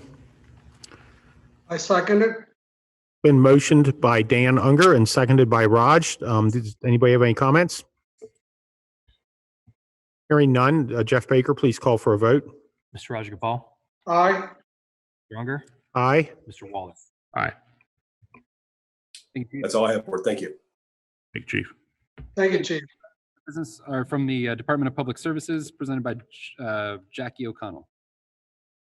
Good evening again, gentlemen. I have two things tonight. The first is I'd like you to consider allowing us to issue a bid packet for the repair of 42, the repair and reconstruct 42 storm basins throughout the township. As you know, the storm basins are an integral part of maintaining our good roadways. There's approximately 3,500 storm basins that we are responsible for in the township. There are 42 of them identified by Public Services as failing and need of repair to stop further street damage. We will bid on this project that will consist of rehabbing or reconstructing them. And these are the worst of the worst that we have. Currently within our with our staff structure and our allocated budgets annually, we're only able to get to 4 to 6 of them. So this will get us ahead, but we will still continue to work on the ones as they come up. So I'm asking you to adopt a motion to issue the attached bid packet for 2020 storm basin repairs. I motion that we do such a thing. I second it. It's been motioned and seconded. Is there any discussion? On the synopsis, Jackie, it says 44, but I think in the document it says 42. Yes, it's actually 42. Okay. I have no other comments, Matt or, No. or Raj. None. So Jackie, one question. When this project will be finished, Jackie? We're asking that it gets completed by, I believe, November 1st. Okay. So we want them to work on this throughout the year. Or Okay, throughout the good. year. So all this base will be done by November, right? Yes. Okay. Thank you. And then that's to, the bids will be received until June 16th of 2020. Is there any other discussion? Hearing none, Jeff Baker, please call for a vote. Mr. Rajagopal, Aye. Mr. Unger, Aye. Mr. Waller. Aye. Thank you. The second item of business that I have before you tonight is the recommendation to adopt a motion authorizing a Veterans Memorial Banner Program. There has been discussion for a while amongst the trustees about honoring our vets with the poles that we have on the banner brackets that we have on the poles. We have 59 of them throughout the township. So I am asking you to recommend adopting a motion to authorize the Veterans Memorial Banner Program as outlined in the memo. I will move, Waller. I'll second. Been motioned and seconded. Is there any discussion? Mr. President, I'd like to make, I guess, 3 amendments to this, and maybe get the reaction of the other trustees. Number one, it's going to be done for Memorial Day and Veterans Day. We're past Memorial Day. It would be nice for this one year to substitute 4th of July if we have them in on time, and I would think that would be something we could do. The second, I'd like to have a banner placed. It's no secret that this whole kind of effort was propelled by Chris Green in his kind of passion to honor veterans and passion to honor his grandfather. I'd like to have one of the banners maybe call it the Thomas E. Combs Boulevard of Heroes, which is his grandfather who fought in World War II. I can't believe I had to look this up twice because I didn't even think this was possible. 2 silver stars, 4 bronze stars, 2 purple hearts, and a POW medal. I think if you talk to Mr. Green, you'll find out he's like the 52nd most decorated veteran in the area in Ohio, I think, or maybe it might be in the United States. But I mean, it's the the kind of the gold level. And then the third thing I would like to add is that another banner thanking Colerain Vets Memorial, because this is kind of their idea. I know that Mr. Green wanted to use this as a fundraiser, which I guess that internal discussions and legal problems kind of and liability issues kind of stop that. But this would still, I think, the reason they're here because of that man. And I think it would be appropriate to honor, what they're doing, the Colerain Vets Memorial, and maybe that'll help get some momentum for his cause too. And I know Mr. Unger mentioned we have a Veterans Memorial, and that's great. Mr. Green's effort is to have it paid for by not tax money. And if you want to build Taj Mahal out here, I'd say more power to you. So my three, and I don't know, I guess I would do it as a threefold amendment to change it to the 4th of July for this year instead of Memorial Day, which of course is passed, to kind of have a banner recognizing that Thomas E. Combs Boulevard of Heroes. And then number 3, a banner thanking Colerain Vets Memorial for their efforts pushing this forward. I'm fine with it. You mentioned, Matt, that there'd be no cost to the taxpayers. It does say here the total cost of the program is estimated at $3,250, which is fine, but is that? No, I meant for the memorial that he's talking about. Okay. Yeah, no, this would be a cost to the taxpayers. Mr. Green's original proposal would be that it would be paid for by the individuals putting the banners up. I think there was a little bit of there were some people that felt asking veterans to pay for their own banner was. Well, I understand. Yeah, but that's why that cost is there. And how would we install these? Do we have a? Yeah, so each year we typically rotate the banners through with our public services employees. They put them up on the poles. So I would say, here we are. It's the 26th of May.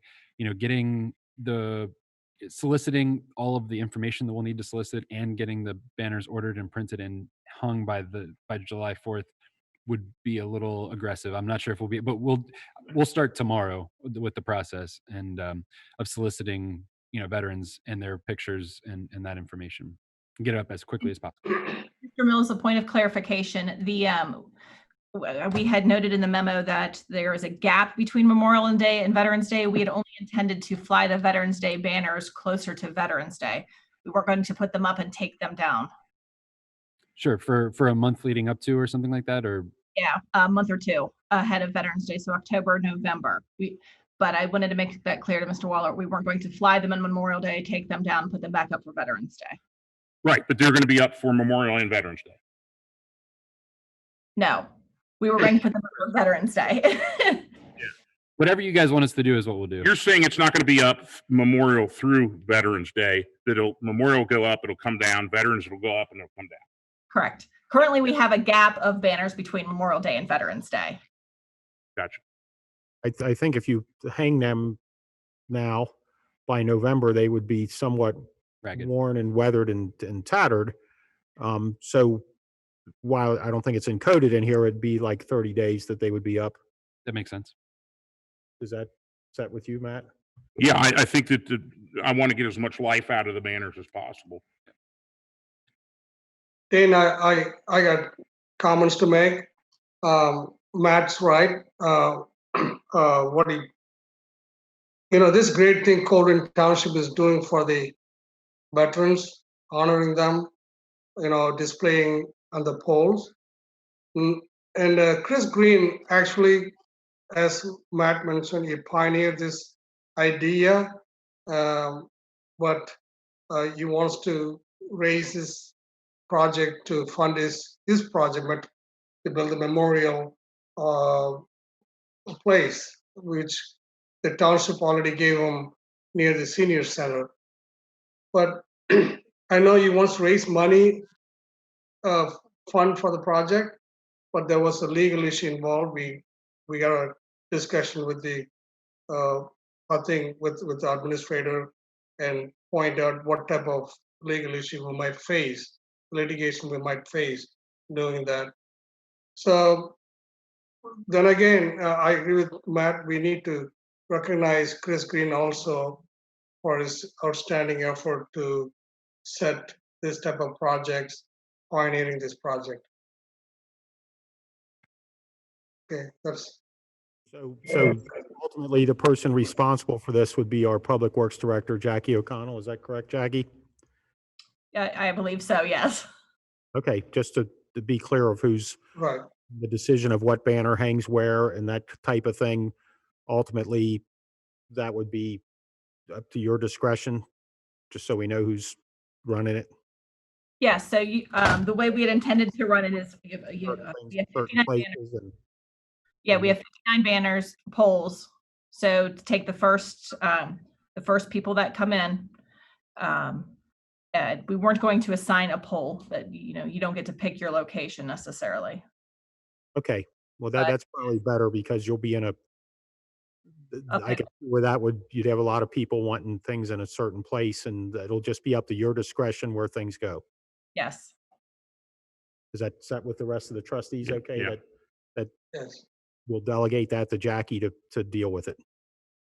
I think the appropriate thing now is I've made a motion for 3 amendments to this, and I think I need a second, and then we need to vote on the amendment and then vote on the motion overall.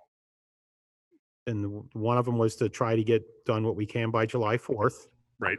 And one of them was, Thomas E. Combs Boulevard of Heroes or anything kind of okay, recognizing. And the other is recognizing the Colerain Vets Memorial with a banner.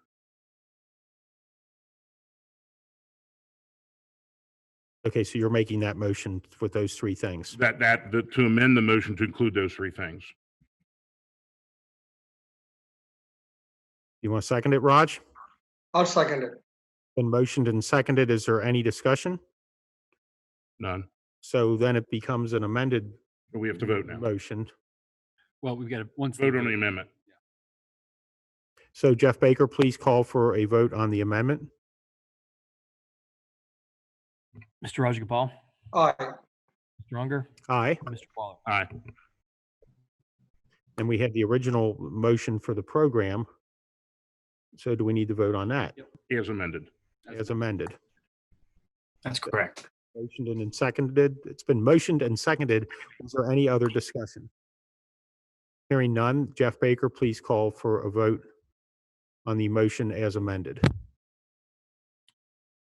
Mr. Rajagopal, Aye. Mr. Unger, Aye, Mr. Waller. Aye. and the motion carries. Thank you. So we will move on to our next item of planning and zoning, Mr. Mills. Yep, thank you, Jackie. The next 2 items will be presented by Mr. Iona from the Department of Planning and Zoning. Thank you. I have 2 items for the board this evening. The first is to set, is a motion to set a public hearing on June 9th, 2020, related to the sidewalk maintenance project, and that's phase 1 of that project. I discussed the project in length at the last Board of Trustees meeting, and essentially what's going on is Colerain Township, using Cdbg funding as a seed for the project, will be repairing sidewalks in critical areas of the township.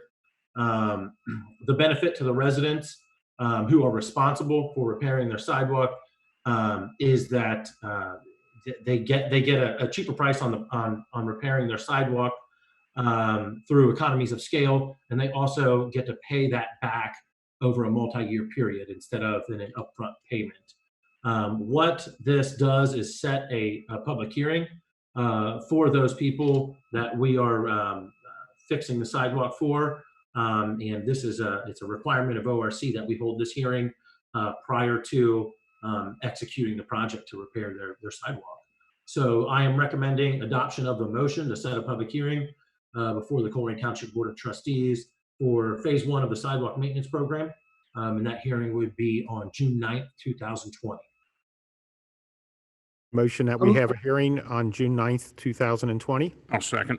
It's been motioned and seconded. Is there any discussion? Hearing none, Jeff Baker, please call for a vote. Mr. Rajagopal, Aye. Unger, Aye. Mr. Waller. Aye.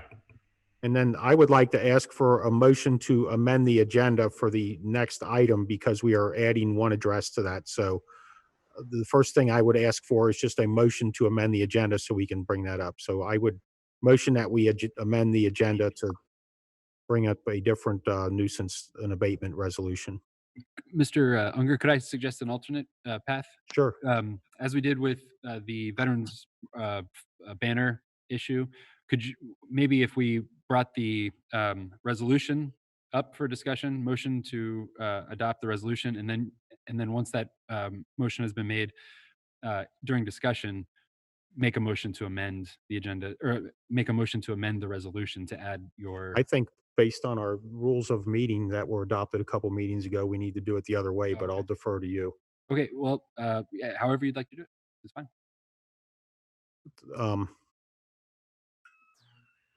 I would ask for a motion to amend the agenda so we can bring up a different resolution. Okay. Is there a second?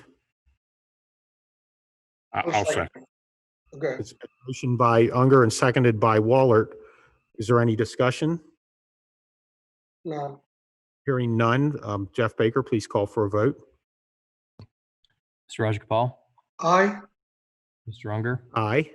Mr. Waller. Aye. So now I'm going to ask Mike Iona to describe the new resolution, and that'll be what we can vote on. Yes. Okay. Thank you, Trustee Under. The resolution I'm bringing before you this evening is it pertains to resolution declaring nuisance and ordering abatement on the following properties that include 3670 Brockton, 8300 Colerain, 2933 Royal Glen, 10295 Season, 3264 Struble, 3784 Susanna, 3338 Grovewood, 8652 Livingston, 3777 Pool, 10186 Season, 10752 Shipley, and 7871 Tucson. I'd also like to add, as part of this was the amended resolution part, was to add 6691 Season, excuse me, Memory. It was 6691 Memory as part of the amended resolution for the board this evening. And I'm recommending approval of a resolution declaring nuisance and ordering abatement of those properties. Mr. Iona, well, I guess. Let's get it to the floor. I motion that we would approve the nuisance and ordering abatement of the properties as read by Mr. Iona. And I'll second. It's been motioned and seconded. Is there any discussion? Mr. Iona, the 6691 Memory, they've been given the, I just want to confirm, I mean, I have a hunch, but I'll ask the question anyway. They've been given the appropriate legal notices that all the other addresses have been given? Yes, they have. So this went through all the appropriate channels. It was actually posted on April 30th. And, you know, it was just something that we've been really busy over the past couple of weeks. It fell through the cracks. And it was going to go on next month's, or excuse me, a subsequent meeting for the Board of Trustee consideration. And, you know, the situation on that property is of such dire need that it's being put on a resolution, amended resolution for you all to consider and vote on tonight so that we can address the issues on the property as soon as possible. So a long answer to your question is yes, we have followed all appropriate steps with posting a notification with that property and everything. Thank you.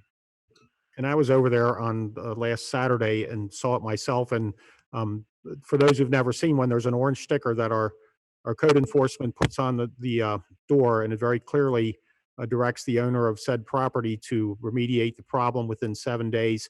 And yes, it was posted on April 30th, and that house gets the Tall Grass Award, and it needs to be cut. So Mike, I appreciate you working hard to get that onto the agenda for this evening. And the property owner was notified 26 days ago to get the grass cut, and as of Saturday, it was not cut. So, and it's pretty tall. So is there any other discussion?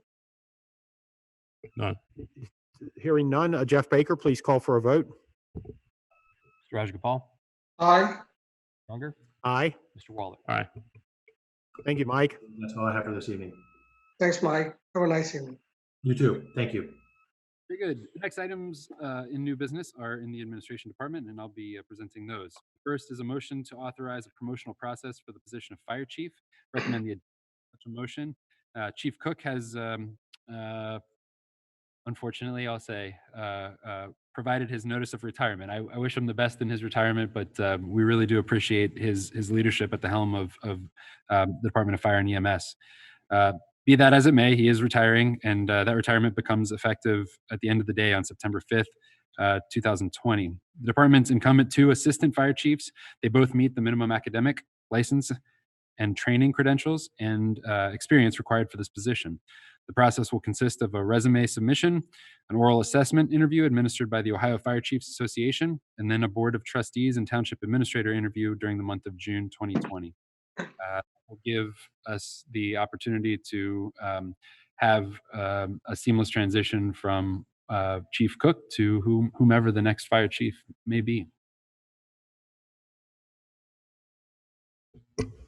I make a motion to authorize promotion process for the position of fire chief. And I will second it. It's been motioned and seconded, which will get it to the floor for a lively discussion. Do you have any comments, Raj? Sure. It is a great move that we decide to promote our own people. These leaders built the finest fire department in the country under the leadership of Chief Cook. And Chief Cook really did a good job training these 2 people. One of them will be his successor. I think the process we are doing is very broad and also very fair. So each one of them are very qualified people, but somebody will become a chief, and the process will determine who will become the chief. I like this process. That's it. Do you have any comments, Matt? Yeah, I just kind of want to clear up in my own mind. Not that I have anything against the 2 assistant chiefs because they're fantastic, but so it'll be advertised. Will it be advertised? I guess for as an open position, right?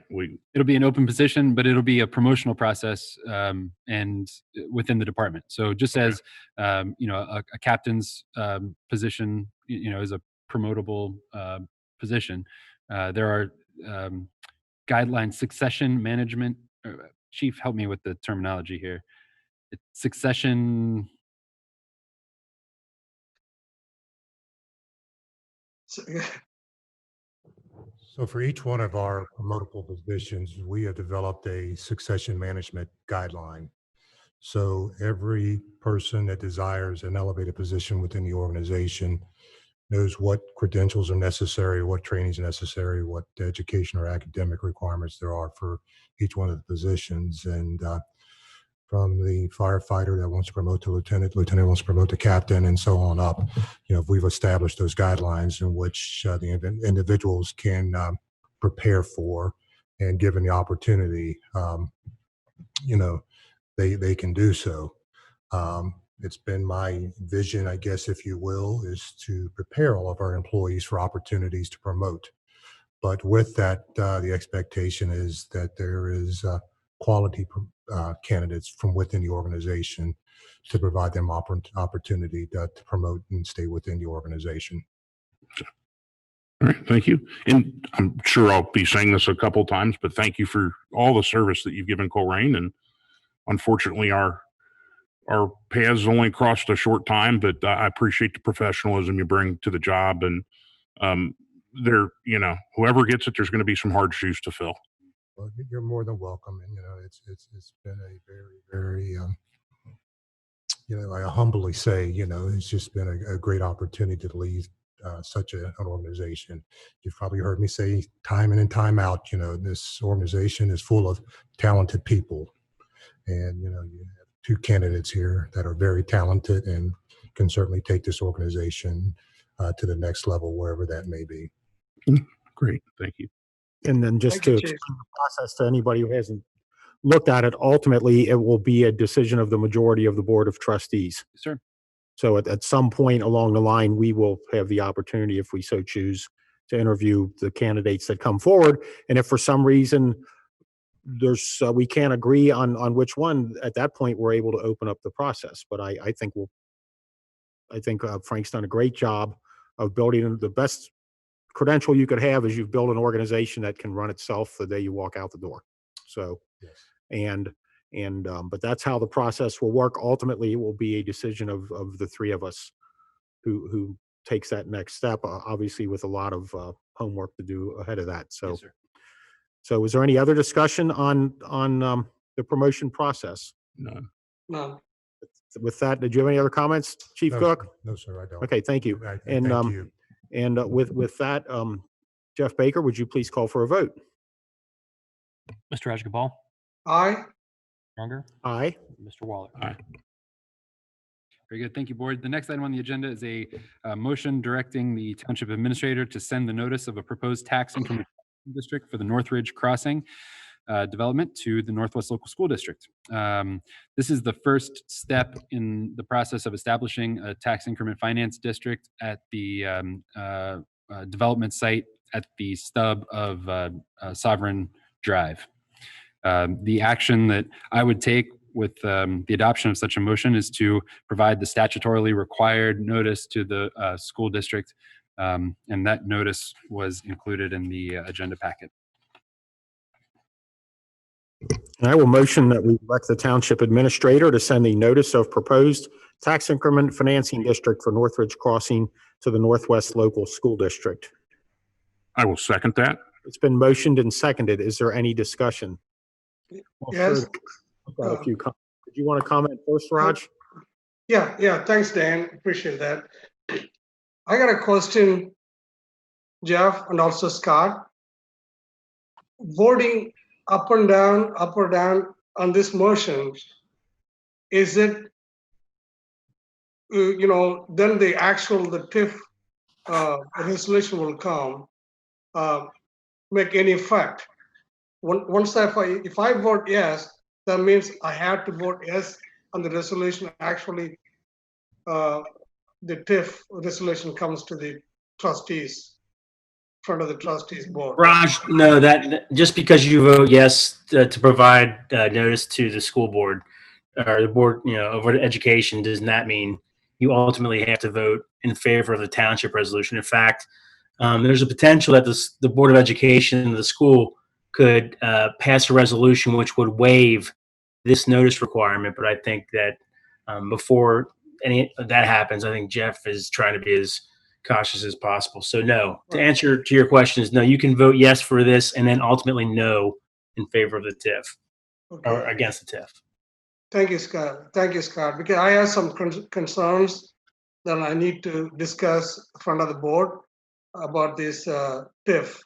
When actually it comes, we need to straighten these certain things. I'm really concerned about the people who live there in Sovereign. Several people approached me, and I care about the safety of these children there and what kind of effect it will bring, this development. So I'll go and vote for this motion. So Jeff Mills will have ability to write a letter to the school board. Correct? Correct. Yes. Thank you. Yeah, I have a couple questions. And these are probably putting the horse before the cart or the cart before the horse. I don't think I ever get that thing right. But there's a cart and there's a horse, and I got them out of order here. So what this TIF is in essence is doing is selecting these single family homes as the end product, worth approximately $250,000 a piece. I guess the question I've had from a lot of citizens is, well, how do we know? Because in this case, I believe Mr. Perleyberg, the developer, he's not going to build them. He's going to get Dries or Ryan or whomever to build these. So our agreement isn't with them. Is there a way to legally, and maybe this is for Mr. Solomon, legally protect us so that at the end of the day, we've gotten the $250,000 value homes, and we have some kind of control over how they've done that. Yes. So the project will require, eventually it'll require a zone, a map amendment to a planned development district, I believe. And so you guys will have in the planned development district, it'll stipulate that this project is a single family project. It'll stipulate the size of the lots, and the size of the lots will be single family lots, and you will have the ability to approve that or not. So there are two things that you're going to consider here. One is the TIF, and one is the zoning. And so yes, you will have control over whether or not that is or is not single family. Because in essence, we might have, let's just use Ryan Homes, whatever. Mr. Perryberg will contract with Ryan Homes and they'll build the homes. Ryan has to, how are we a party, an interested party? Do we have to sign off on it or? Zoning. So Okay. So the final development plan, well, the preliminary development plan is the document that identifies the density, intensity, and use of the property, and that document is the one that is approved by the trustees. Following the preliminary development plan, it goes back to the zoning commission for final development plan approval. And at that point, they're looking at lighting, they're looking at landscaping, but they cannot mess with the density, intensity, or use. And so you all have the authority to say yes or no to that. There's protection on the construction timeline too. Obviously, if you hear from me every week, oh gosh, I'm worried about the economy. Oh gosh, I'm worried about the economy. If they would quit halfway through, obviously we will have back in. This is kind of nuts and bolts inside baseball, I guess, on how this contract's negotiated with yourself, legal department, and Mr. Perryberg, I guess. So there will be a development agreement. The one agreement that's missing from the documents that are in the agenda packet is a development agreement, and that's a development agreement between the township and the developer that outlines the nuts and bolts of how the payments would work. And I would not make a recommendation to the Board of Trustees to enter into a development agreement that put us in a position where, if construction ultimately halted, that we would be in a position to come out of pocket with general fund dollars or anything but revenues that are created on the site to the developer. So, for example, development agreement could stipulate, a certain percentage of the TIF revenues that are generated on the site would go to the developer, right? So that we would never be in a position where, we owe somebody more than that site is generated. Does that make sense? And plus, it's not all born at once. There's construction Right. that needs to be done. I think I have one more question here. I know that the planning commission hasn't gotten back to the former Representative Blessing, but if that's something too, then that's something we can kind of work out in that next step. If that's something we can get the developer interested in. Yeah, the hard part about the connection piece is that we don't have control over the connection. So we have control over the density, intensity, and use of the property. But the way that the roads laid out is a function of the subdivision process, and the subdivision process is regulated by Hamilton County Planning and Development. And Hamilton County Planning and Development will make a determination and a recommendation to the Regional Planning Commission, and that is what determines whether or not the road connects or not. It's not the township. We actually do not have jurisdiction over it. And then I'll sorry to monopolize, because these are things I've heard over and over again. I've heard, well, the trustees can stop it. As a matter of point of fact, I got a legal opinion from our counsel. I talked to Hamilton County Planning. I talked to yourself, Mr. Weckbach. I read it myself, and not one of that group of folks said that we can, since the 1970s, this has been something that the county will do. Another thing that Mr. Unger alluded to, safety issues. Part of the single family home plan will be reducing that mile per hour from 35 to 25 miles per hour. We'll also include, if I'm correct, some traffic calming, so it won't be a straight shot. It'll be kind of, I guess, like a U shape. And there will still be on-street parking, which are three of the really important points the residents bring up. Is that correct? Yes. So, and I think what caused some of this misunderstanding was early conversations were had about whether or not this, if Sovereign were to connect to Pippin, should it be a township street or a county street or county road? And if it were a county road, folks were concerned about the fact that there wouldn't be able to be on-street parking, or the traffic, the speed limit would be from 25 to 35, and that was a big issue. And so, in order, that is one thing that we can intervene in, and we say no, we want this to be a township road. If it does become a township road, then there could still be on-street parking. There could still be the 25-mile-an-hour speed limit. Yes, what you described, the traffic calming, the design is called a knuckle. So it actually, Sovereign would tee into another street. So there'd be a stop sign, and you'd have to go around, sort of this meander through the new subdivision in order to get to Pippin. And in that way, you can prevent it from being a through street, because it's annoying to have to go through all of those road configurations. So. And then the other thing that I hear a lot, and then the last question, I'm sorry, when in the form of a TIF, this does not reduce, instead of taxes, the developer pays a pilot, a payment in lieu of taxes. And there's no difference. They don't get a tax break. There's no different. No, the size of the pie stays the same. It's how the pie is cut up. Right? So that if the with or without a TIF, the developer pays the same amount of money. That's what I mean by the size of the pie. But with a TIF, who gets the money changes. Okay. The township eats more pie with the TIF. So. Okay, I mean, I just think that's important for Colerain residents to understand. Any TIF assistance will not come out of Colerain taxes. It will not come out of Northwest School District taxes. No.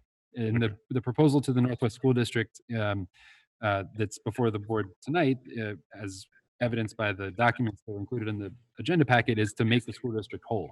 So, in fact, the school district gets quite a benefit with these TIFs, because oftentimes what happens is the township makes some kind of catalytic investment that allows for a development to occur, and so when that development occurs, the school district benefits from the increase in taxes. Thank you for entertaining my plethora of questions. Thank you so much, and thank you for working with the developer to try to get something, I think, that's a little bit more acceptable for the community. My pleasure. Thank you, Matt. You know, Jeff Mills, in the big picture of things, during the time that I've lived here, and in the last 10 years or 15 years, there's been a lot of consternation from the school board that the township never considered what was going on with the school district. And one of the things, and Raj and I happened to start on the same day, and it's grown pretty quiet. And a lot of people need to remember that we contact the school district on every economic development thing we are doing, and it wasn't always that way.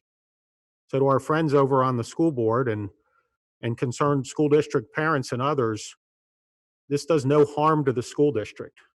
In this board of trustees, and with the addition of Matt Wallert, I'm guessing you're on the same page with Raj and I, we've always included the school district since the board changed over in January of 2018. And I would like people to remember that was one of the big issues. And, you know, Raj and I are 3 years into our term.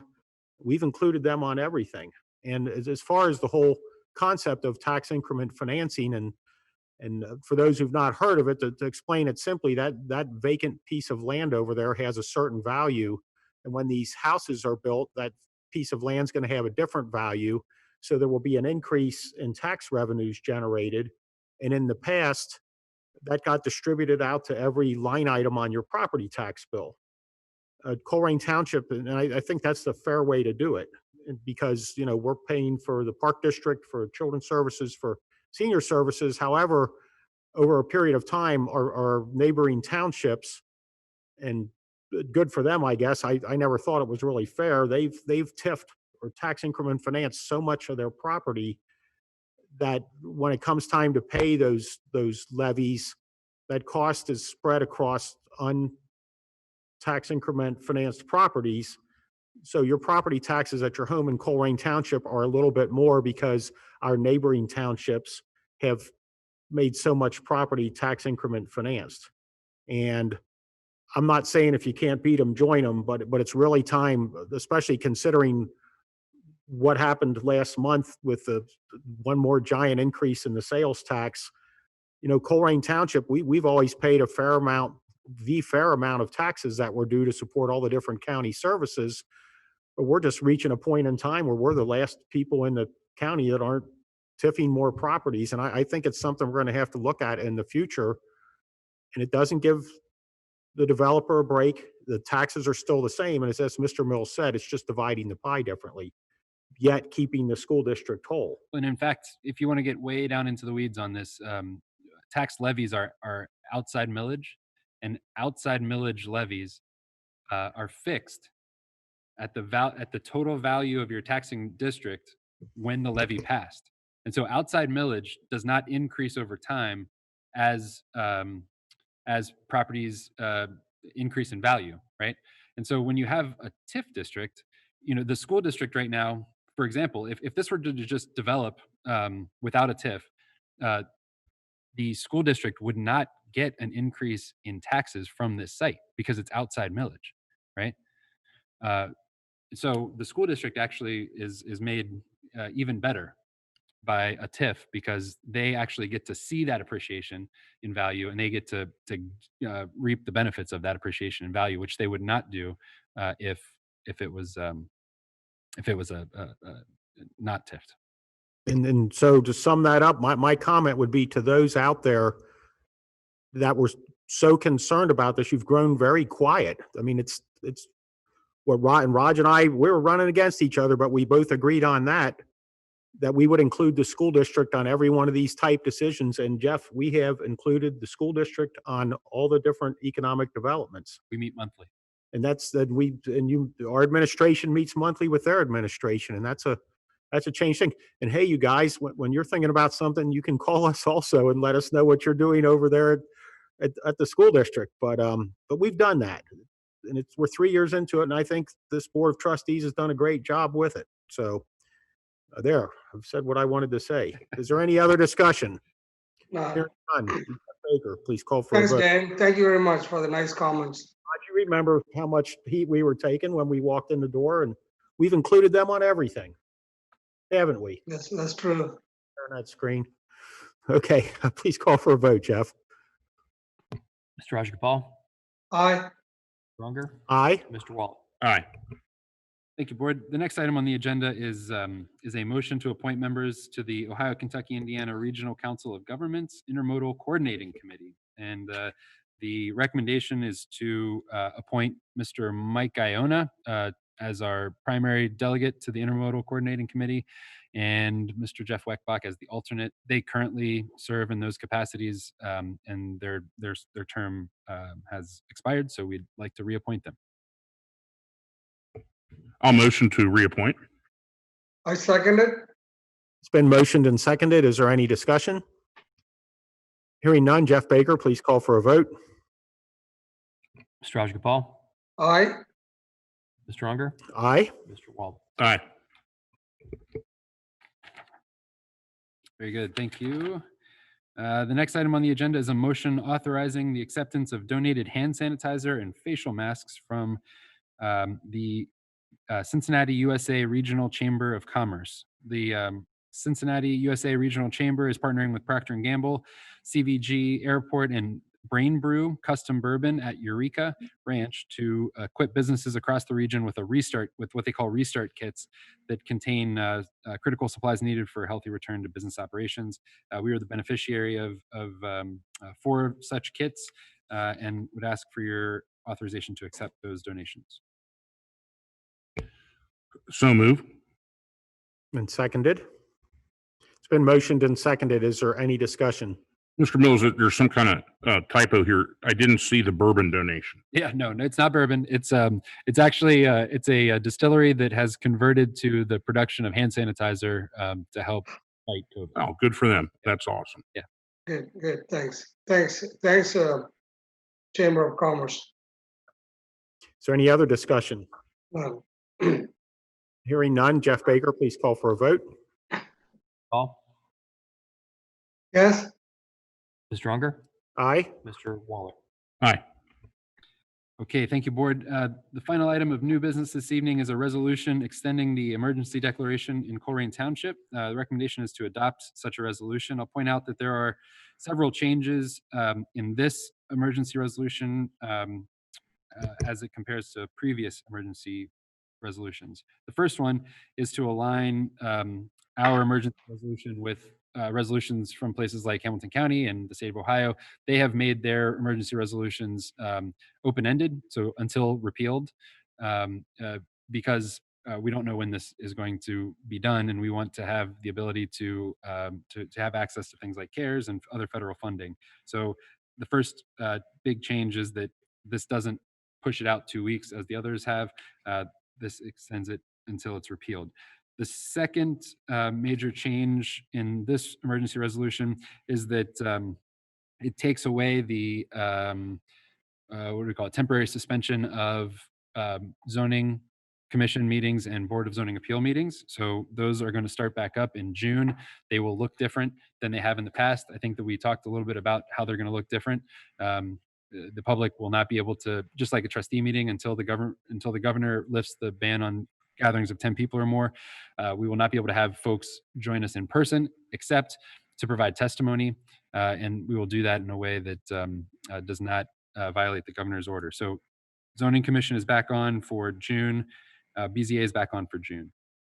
The other major change that is added here is the sort of formal codification of all of the zoning regulations that were temporarily suspended by motion last week.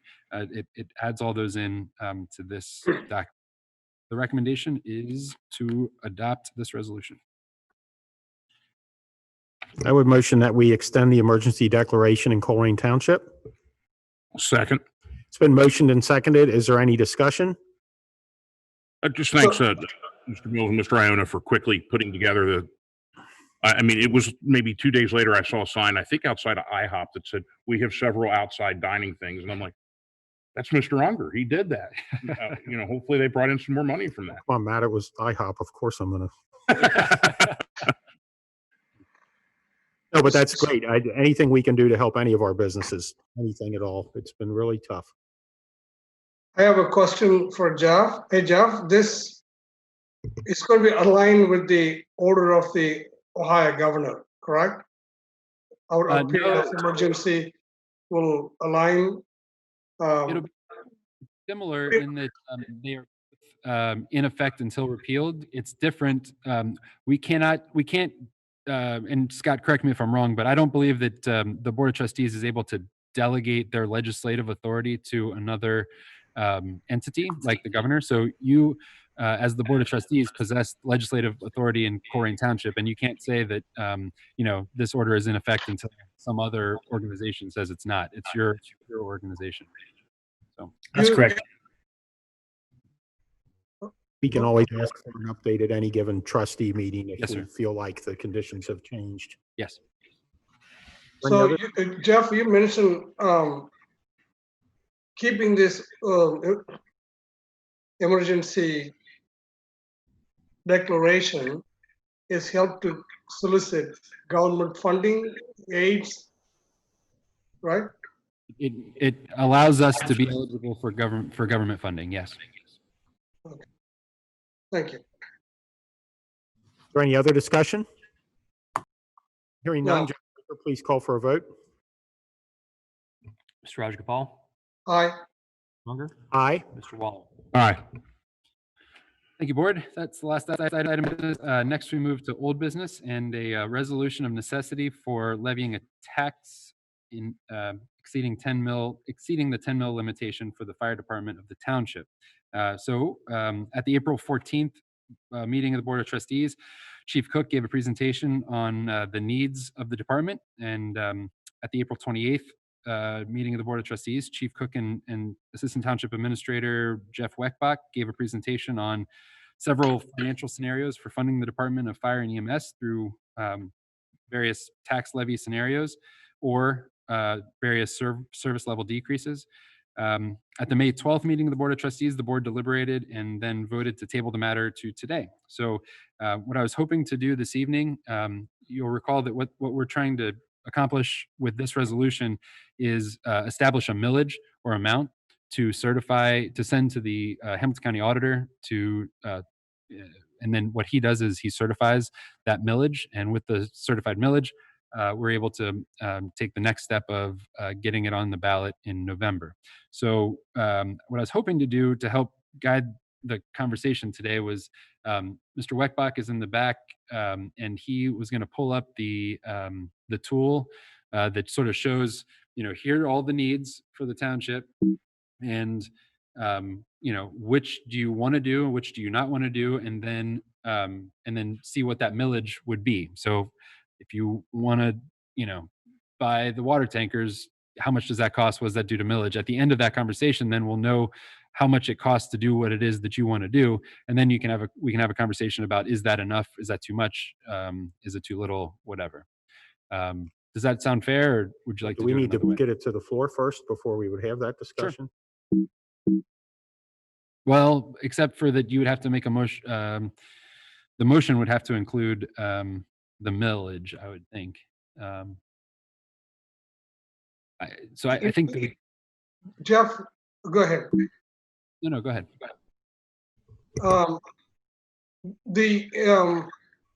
got a lengthy conversation with the Trustee Rose, the auditor, and we don't need to specify now actual millage we need to raise or put on the ballot.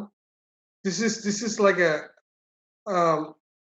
giving him, you get some kind of certification for us to put how many mills we want in the letter. The trustees, we decide based upon how much money we need to raise, we want. So we don't need to put how many mills we want to put. You can just, it's like just general things. You petition the auditor, so we're going to put the fire levy. So we got this something that our trustee need to decide how much money we need. That's right. Go from there after that, correct? That's exactly right. So we need to figure, so we've conducted a needs assessment that says, hey, we need a new station 102, a new station 26. We need to replace all those things that are up on the screen right there are needs that have been identified by our fire department. However, they cost money. And, the question before the board is, do you want to purchase those things for the township in the next 5 years? That's kind of the exercise I was hoping to go through with you guys today, is to figure out what it is that you would like for the fire department, what equipment you would like to purchase for the fire department, or not, or what services you would like to cut, or not, and then we can arrive at a millage that we would then, or an amount of money that we would then send to the auditor for certification. My recommendation, Jeff, is just go and apply for that, send that to the Dusty Audit, just put on certify the mill. But the trustees should have another special session to discuss what need to be done. Because I was talking to some other people who were willing, were interested in building a fire stations that eliminates a certain amount of money we needed. So I bet other trustees have some ideas, but making decision tonight, it is not a great idea to how much mill we need, how much money we need to spend as the people. The timing is very bad right now. The economy is bad and people are unemployed. So you ask the people who's going through a lot of economic problems now. So you have to be, I feel that we should have a special sessions and trustee can sit down, declare, deciding how many mills we need to put on the ballot. So right now, this resolution gives you authority to go ahead and file for the, apply to the Dusty Rose, the auditor. So you are going to put the levy. The future. Go ahead. At our last meeting, and I met with the chief and the administration, I guess it was back in January, and we went through all this. I'm just one of the three. And Assistant Administrator Jeff Weckbach came up with a minimum amount they would need to keep at the regular level of function, and that would be without any new fire buildings. Well, I've lived here my whole life. I've recently went out, as I described earlier, and went out and looked at the fire stations, and yeah, I would like to have a couple new ones also, but that's not in the budget. I'd be fine with replacing one of them, yet pursuing that through a public-private partnership that I think you've been working on and that we talked about at the last two meetings. And I'm inclined to go with that minimum amount of 3.11 mils. And there's the camera, and that's where I'm at on it. No, I don't want to pay it either. But at the same time, I've looked at an ISO 1 rated fire department, and I happen to know in my personal experience that from talking to my insurance agent, that rating saves me $65 a year on my insurance.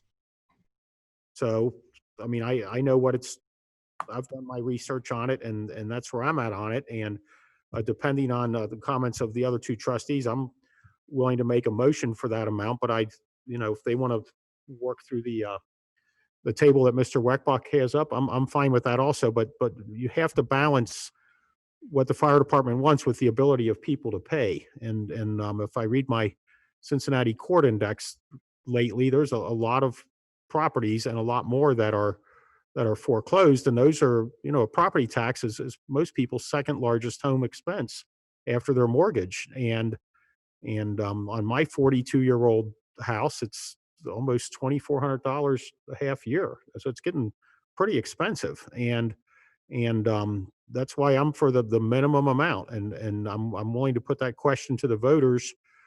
I don't want any more than the minimum because I don't want to put people out of their homes. And if the other two trustees favor something more than that or something less than that, I would like to hear it. But I was elected to make a decision, and that is my decision. So yeah. I don't know what the other Dane, I understand your positions. I agree that I personally went to the fire stations. The one I really desperately need to replace is the one on Galbraith Road. When I first became trustee, that's a promise I made. One day they will have new. It's especially in the COVID-19 situation, it is not a really good living situation there. And we definitely need a fire stations. And, I understand that. But how we can do that? I also talking to some private business people, and, they may help us to build, hopefully they might build the only one. And I told them, if you build a new fire station, I'll name your name for the fire station. You got a big smile. So it takes some time to talk to the people, have a dialogue, how much money they're going to, we'll receive. And based on that, we'll come up with some idealistic. You're going to go to the people asking for money. We got to make sure we articulate our thoughts rightly and make sure if the people can afford to pay the tax. And there's a lot of variables. I completely understand that I'm the beneficiary of our finest fire department. We got the finest fire department. We need to make them the better, and we can do anything to help our fire department to be one of the top notch in the country. I'm completely for it. But how are we going to execute? We don't want to do something that's going to fail. We had to articulate these people why we need this, how much we need this. That's what comes to all three trustees. We never had a chance, all three trustees given to talk about this. I know we got the individual presentation separately, but there's a point that we need to sit down and talk how many mills, how much money we need for a fire department. That's very critical. That's So kind of would happen tonight. So we've had for 2 months, for 4 meetings now, we've had the opportunity to learn about what the needs are, ask questions, dive deep. We do have a good sense of what each of these things that are accounted for in the needs assessment will cost. We've provided, Jeff, if you could just sort of toggle on there. So say, for example, if we want to buy a new station 102, if we want to build a new station 102, yes. Hey, Jeff, I got all these numbers. I'm looking at all the numbers. We have a special meetings for the policy procedures. We have special meetings, everything else. We never have a special meeting session to talk about this levy. Each individual trustees have their own briefing on that. I think it's a time we 3 of us can sit down and the special sessions. But right now, you can go ahead and apply for, submit your petition to auditor, but coming to the conclusion of the exact number, what we're going to put on the ballot, I think we have to sit down anonymously, all the board, 3 trustees should agree or make decisions, or majority of the trustees should agree, separate sessions. From a timeline point of view, We still got time. I talked to the Dusty about this situation. We have a time.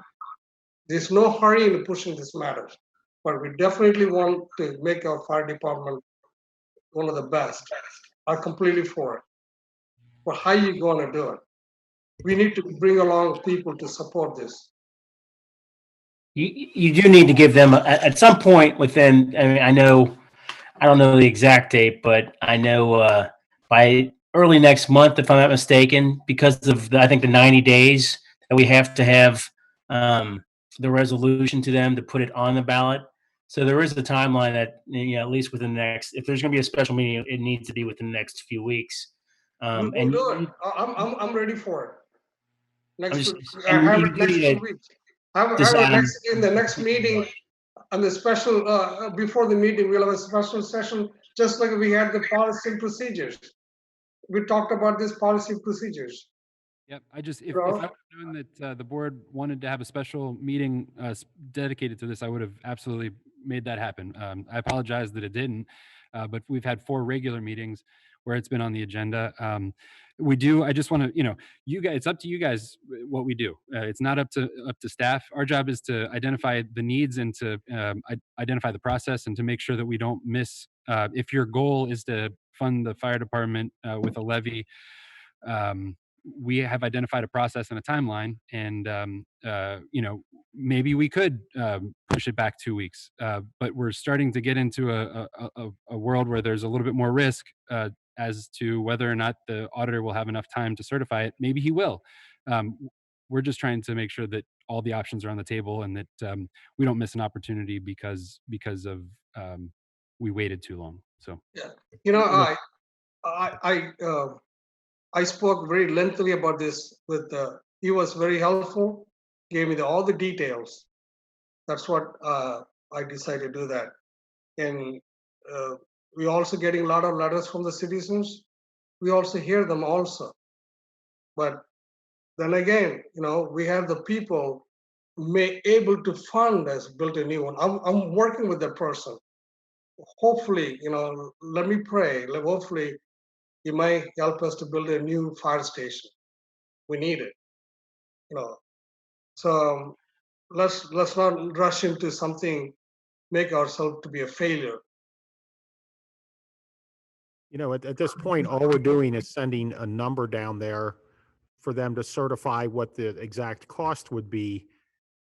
And at that next meeting, after we got those results back, then we could say, hey, let's put this on the ballot, or hey, let's not put it on the ballot. But all we're doing right now is sending an amount down there.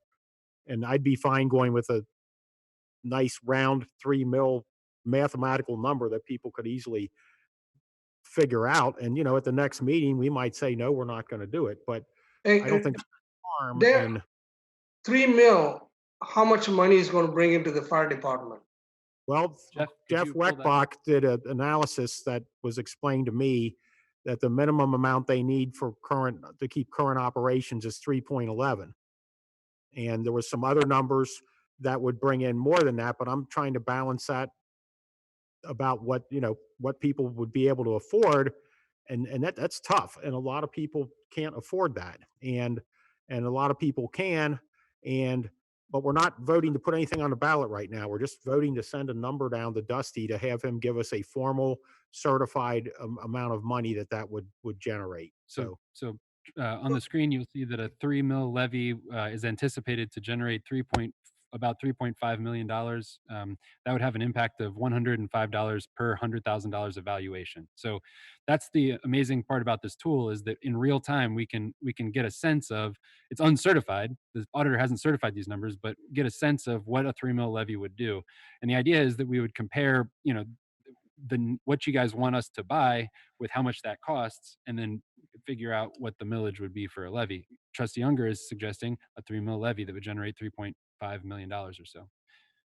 Right. And then maybe a year or two from now, if the economy changes, then you could get your other things. But right now is not the time for everything. It's just people are just in a really bad way. But I want to meet the timelines for the auditor. And I think it should be a November election. I do not like special August and May elections for things. Put it out there when people are going to show up to vote. I was pretty disappointed with what happened with the sales tax thing for March 17th, and it ended up being April 28th, and if you're going to put something like this, put it when people are going to show up, and there'll certainly be some turnout at the 2020 election, because it's a presidential election. And for that matter, whenever you put something on the ballot, the entities that are putting an issue on the ballot pay for the cost of that election. If we put anything on in November, that cost is spread out amongst a lot of different entities. If a school district or a township or a city runs something in August or May, they're bearing the whole cost of the election themselves, because it's the only issue on the ballot. So I'm just trying to stay with a timeline where something would get on at an election when we would have the least amount of administrative fees to do it. And I'm not even sure it would pass. People are in a bad way right now, but I get it with the fire department. So go ahead, Matt. I'm sorry. Yeah, so I kind of have a little bit of a third perspective on this. And I think the fire department, the ISO one, I didn't even know what that meant until I looked and found out how special that really is. And I want to keep them funded. I just question the timing of this. And it's something, I have probably looked at more budgets and fire reports, and actually just got a new one in my mailbox from 2000 about the EMS. I see a couple kind of macro trends that bother me. We will never be able to afford to keep doubling our calls every 10 years like we just did, or 15 years, whatever that schedule was. I just think that eventually we're not going to be able to support that. And I see that so many of our calls come to two different stations. And I think that that's why you're asking for a new station, is to distribute those. And it shouldn't be 35, 10, or 15, or whatever it is. In the economy on a grander scale has got me very concerned. Right now, it seems to me that we're coming out of it. New housing starts were expected to be down 22% when they came out today. They were actually up 1%. I've never seen so much celebration over an up 1%. We still don't have a vaccine for this virus. We still don't have antibodies, but there sure is a lot. Today, Merck alone got involved with 3 different ventures in order to look at vaccines. I know J&J is looking at it, Sanofi, Pfizer, Moderna, Novavax. The whole world seems to be focused on this, and the numbers are going down, and that's a great thing. Every day, the first thing, used to check my email, now I check the COVID numbers from the night before. But the numbers are going to go down when it's 90 degrees, I think. I'm concerned if we shut this thing down a second time, there are going to be businesses and people that are going to be absolutely financially destroyed. Already we're hearing really odd numbers of like 1/3 of all small businesses won't reopen. And we're hearing stuff like, 40 million unemployed. And those kind of numbers, I'm from the old school of you don't tax your way out of a recession. And I wonder if it's better to just, and here's the Here's the pull on it. It's a tax for the folks that are fighting the virus. That's the hard part about this. The folks that are putting their life on the line every day. I mean, if anybody should be getting it, it should be them. And that's a great case can be made for that. But if people don't have it, and I don't know if they don't have it. There's an old part of Second Gulf War when Donald Rumsfeld said, I don't know what I don't know. And I feel like I'm sitting here and I don't know what I don't know. I mean, this has been probably the most gut wrenching. I've spent 2-3 weeks looking at nothing but fire stats, talking to people about fire, looking at fire reports. I found out that, by the way, our firefighters write a lot of reports that get published everywhere. And I dug those up, and I just have concerns about the timing. I'm one vote. It seems like I'm kind of on the outside looking in on that, but it scares me, and that's just my personal gut feel. But at the same time, not doing it scares me, and that's the difficulty of it. So. And I will go ahead and mention now that it's been brought into the discussion, I'm a private business guy, and the business I work for has been dramatically affected by this. And I distinctly recall at the end of March watching a press conference one day where the people that know predicted that May 25th would be the day everything peaked. They were preparing the convention center to line it with stretchers and cots and hospital beds. And everything we were told back then, none of it has come to pass. So a lot of the information we received is wrong. And the folks up top are elected to lead, and they brought us the information based on the best available what they had. But I distinctly recall being told that May 25th would be the absolute peak of this, and that was in late March, and that has not come to pass. So Matt's right. The folks that are Chief has no choice but to prepare for this. He can only go on information that we receive from the state, and I can't stop complimenting our fire department on the job they've done.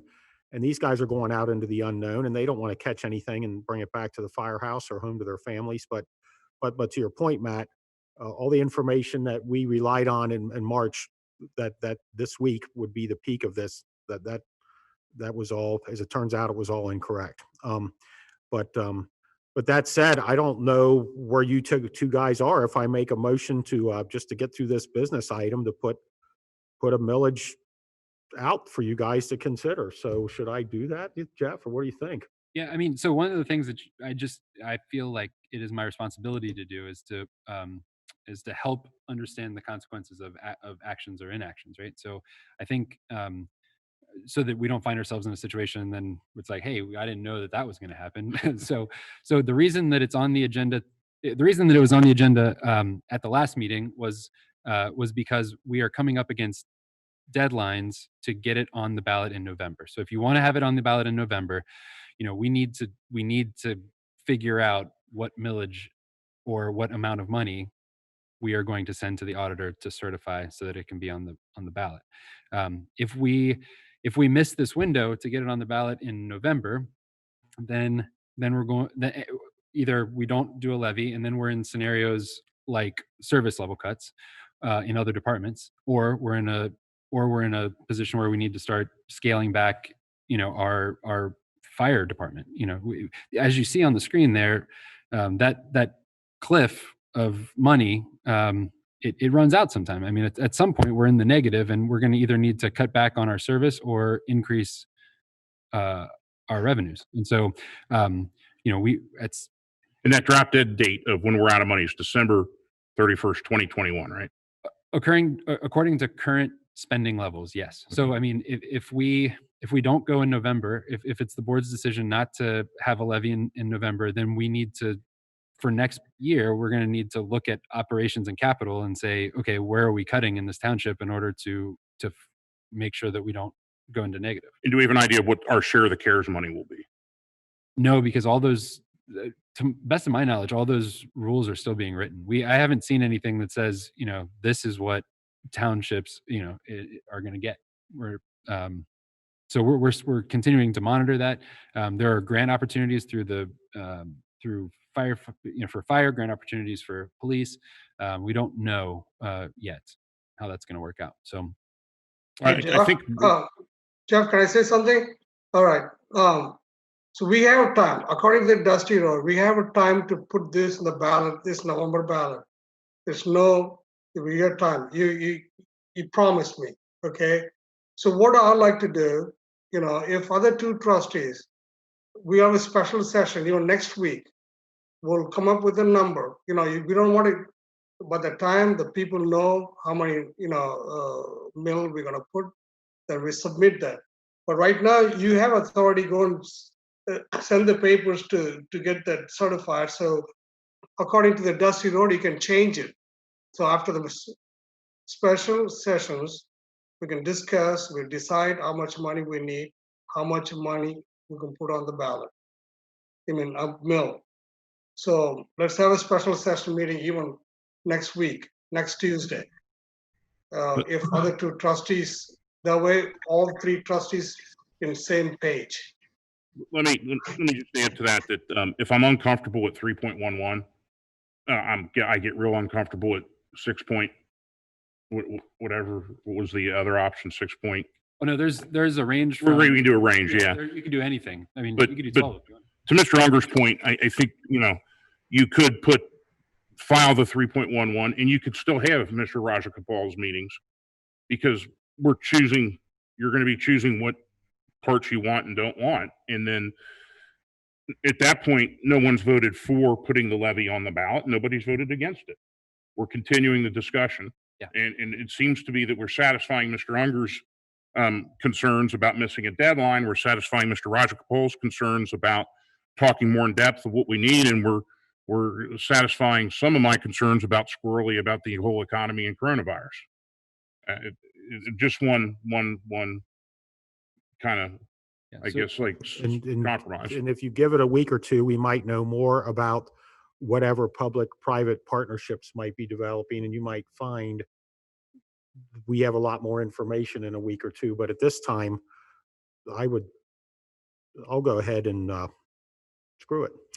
I motion that we would put a 3 mil even. How do I word this? Sure. Certify. Let's see. A motion to adopt a resolution of necessity for levying a tax exceeding the 10 mil limitation for the fire department of the township. And then in the resolution, it says at a rate of 3 mils for each $1 evaluation. And that would be my motion. So do I need to read that, or can you read it? Sure. Do you want me to read it again? Yeah, I'll read it back. Or do I need to read it? I don't know. You can read it. You have the wording in front of you. Sure. It's a resolution of read it. necessity. The recommendation is to adopt a resolution of necessity for levying an additional tax exceeding 10 mil limitation for the fire department of the township in the amount of 3 mils. I would motion that we do such a thing. And I will second it to move it forward with the caveats that I described earlier. It's been motioned and seconded. Is there any other discussion? I just to add that I still think we go ahead with the special meeting. That's fine. Yeah.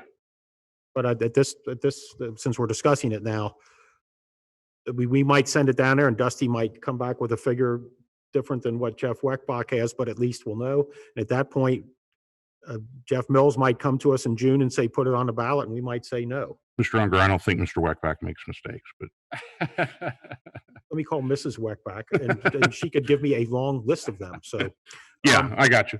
okay. So is there any other discussion? Yes, I'm going to, so I'm still going to stand on that after the special sessions about this meeting. 3 trustees meet together. We decide exact mill we want to send it in. Because like I said, there is some private donors may happen.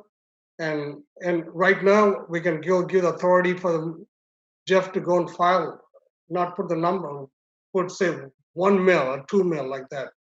Then come back and after special sessions, when actually submitting, asking auditor, we can give them exact number to be placed on the ballot.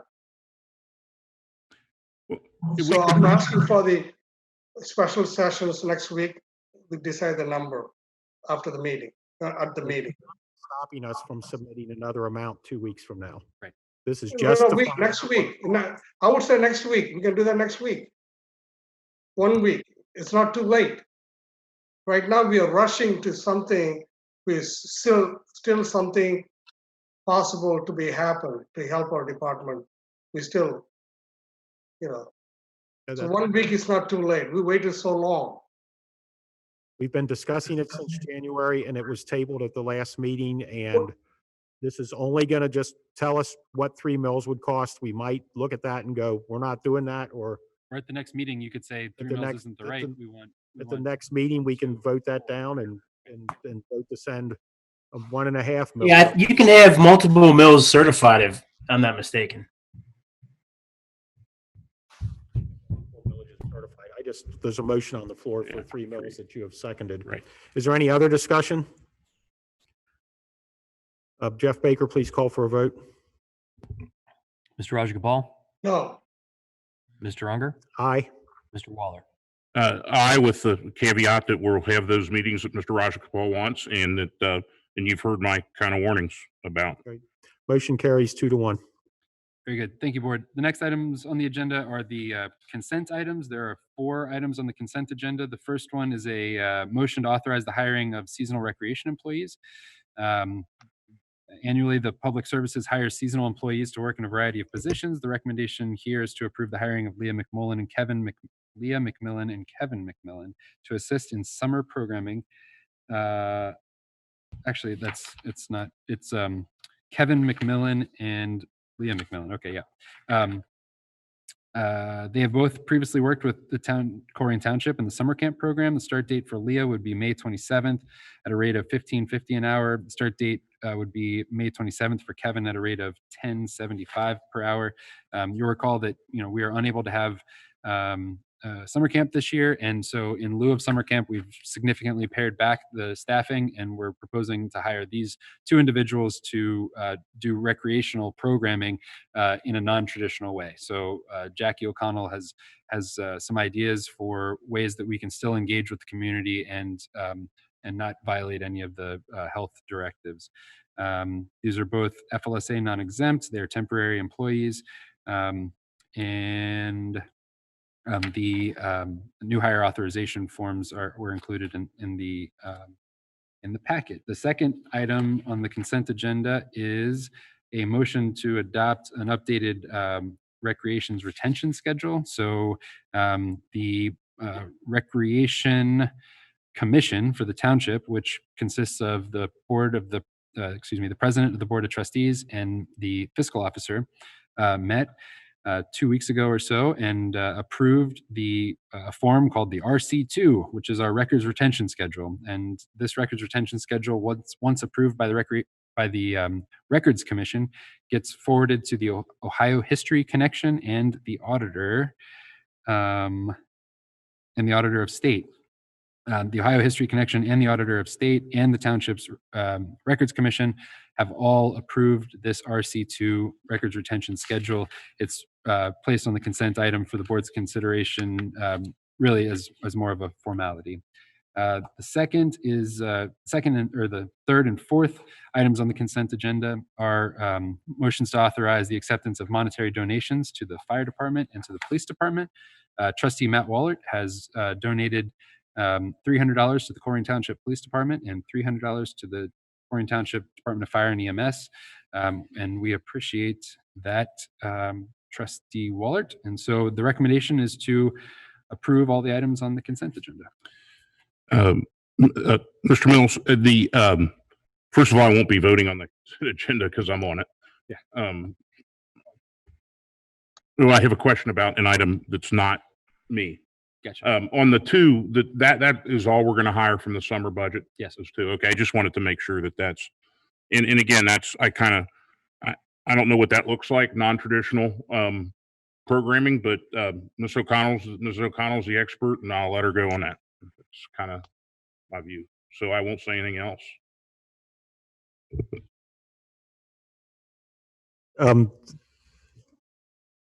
You've thrown me for a loop. So we need to motion to accept such things. The recommended motion is to adopt, to approve all the items on the consent agenda. A motion that we would approve the items on the consent agenda. Raj, I'll need you to second. I second. Been motioned and seconded. Raj, is there any discussion? None. I would just say thank you to the to Trustee Wallert for these donations. I'm sure there was some particular purpose to that, and thank you for your generosity. With no other discussion, Jeff Baker, please call for a vote. Mr. Rajagopal, Aye. Mr. Unger, Aye. Mr. Waller. Abstain. Next item is fiscal office report. Jeff Baker. Thank you, board. I'll be brief. Just another update on the leeway that we're making with public records request. As we're sitting here, we probably reached the 100 mark since April 1st. We were at 97 prior to the meeting. To give you again some perspective, 77% of those are from 3 individuals, and 37% of those 97 from 1 individual. So, but I would like to note that we have fulfilled 52 public records requests since April 1st. So there are many townships out there that don't even get 52 public records requests in a year. And we've been able to fulfill that many. So we're making a dent. We keep plugging along, and we've kind of got our spreadsheet down to a science, and delegation process down to a science. And so we're making a lot of leeway. But again, as we sit here, we've probably reached the 100 mark, but we have filled over 50. So that's all I have to report. Thank you, Jeff Baker. The next item is executive session. I would like to have an executive session because we have some legal issues to discuss. I don't know if we can do that and have get Raj into that executive session, if we're able to do that.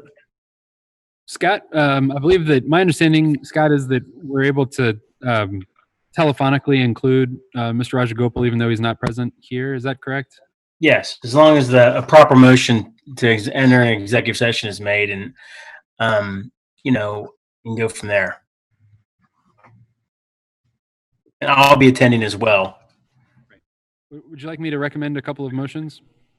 Certainly. Recommend that the board go into executive session in accordance with the Ohio Revised Code, section 121.22G2, to consider the purchase of property for public purposes, and also recommend that the board go into executive session in accordance with the Ohio Revised Code, section 121.22G3, to discuss pending or imminent litigation with the township attorney. I will make that motion.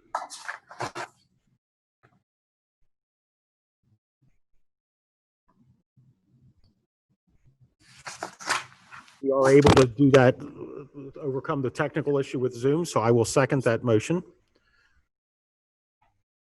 been motioned and seconded. Is there any discussion? None. Jeff Baker, please, and this would include our attorney, Scott Solman. Yes. Okay. Jeff Baker, please call for a vote. Mr. Rajagopal, Aye. Runger, Aye. Mr. Waller. Aye. And those watching at home, we will return, and Dana's able to keep the link open, but you will be looking at an empty room for a little bit, and we will return. I don't think any decisions will be made. We just have a few issues to discuss. I'd like to call this meeting back to order. It is Tuesday evening, May 26th at about 9:55 in the evening. Jeff Baker, would you please call the roll to confirm that all 3 trustees have returned? Mr. Rajagopal, Mr. Rajagopal? Yeah, this Rajagopal. Aye. Mr. Unger, Here. Mr. Waller. Here. We've returned from executive session, Mr. Mills. Is there anything to report? No, sir. And with that, I would like to ask for a motion for adjournment. Motion to adjourn. And I'll second the motion. It's been motioned and seconded. Is there any discussion? None. None from me. Mr. Baker, would you please call the roll for motion for adjournment? Mr. Rajagopal, Aye. Mr. Unger, Aye. Mr. Waller. All right. This meeting of the Colerain Township Board of Trustees is adjourned at 9:52 PM on May 26th.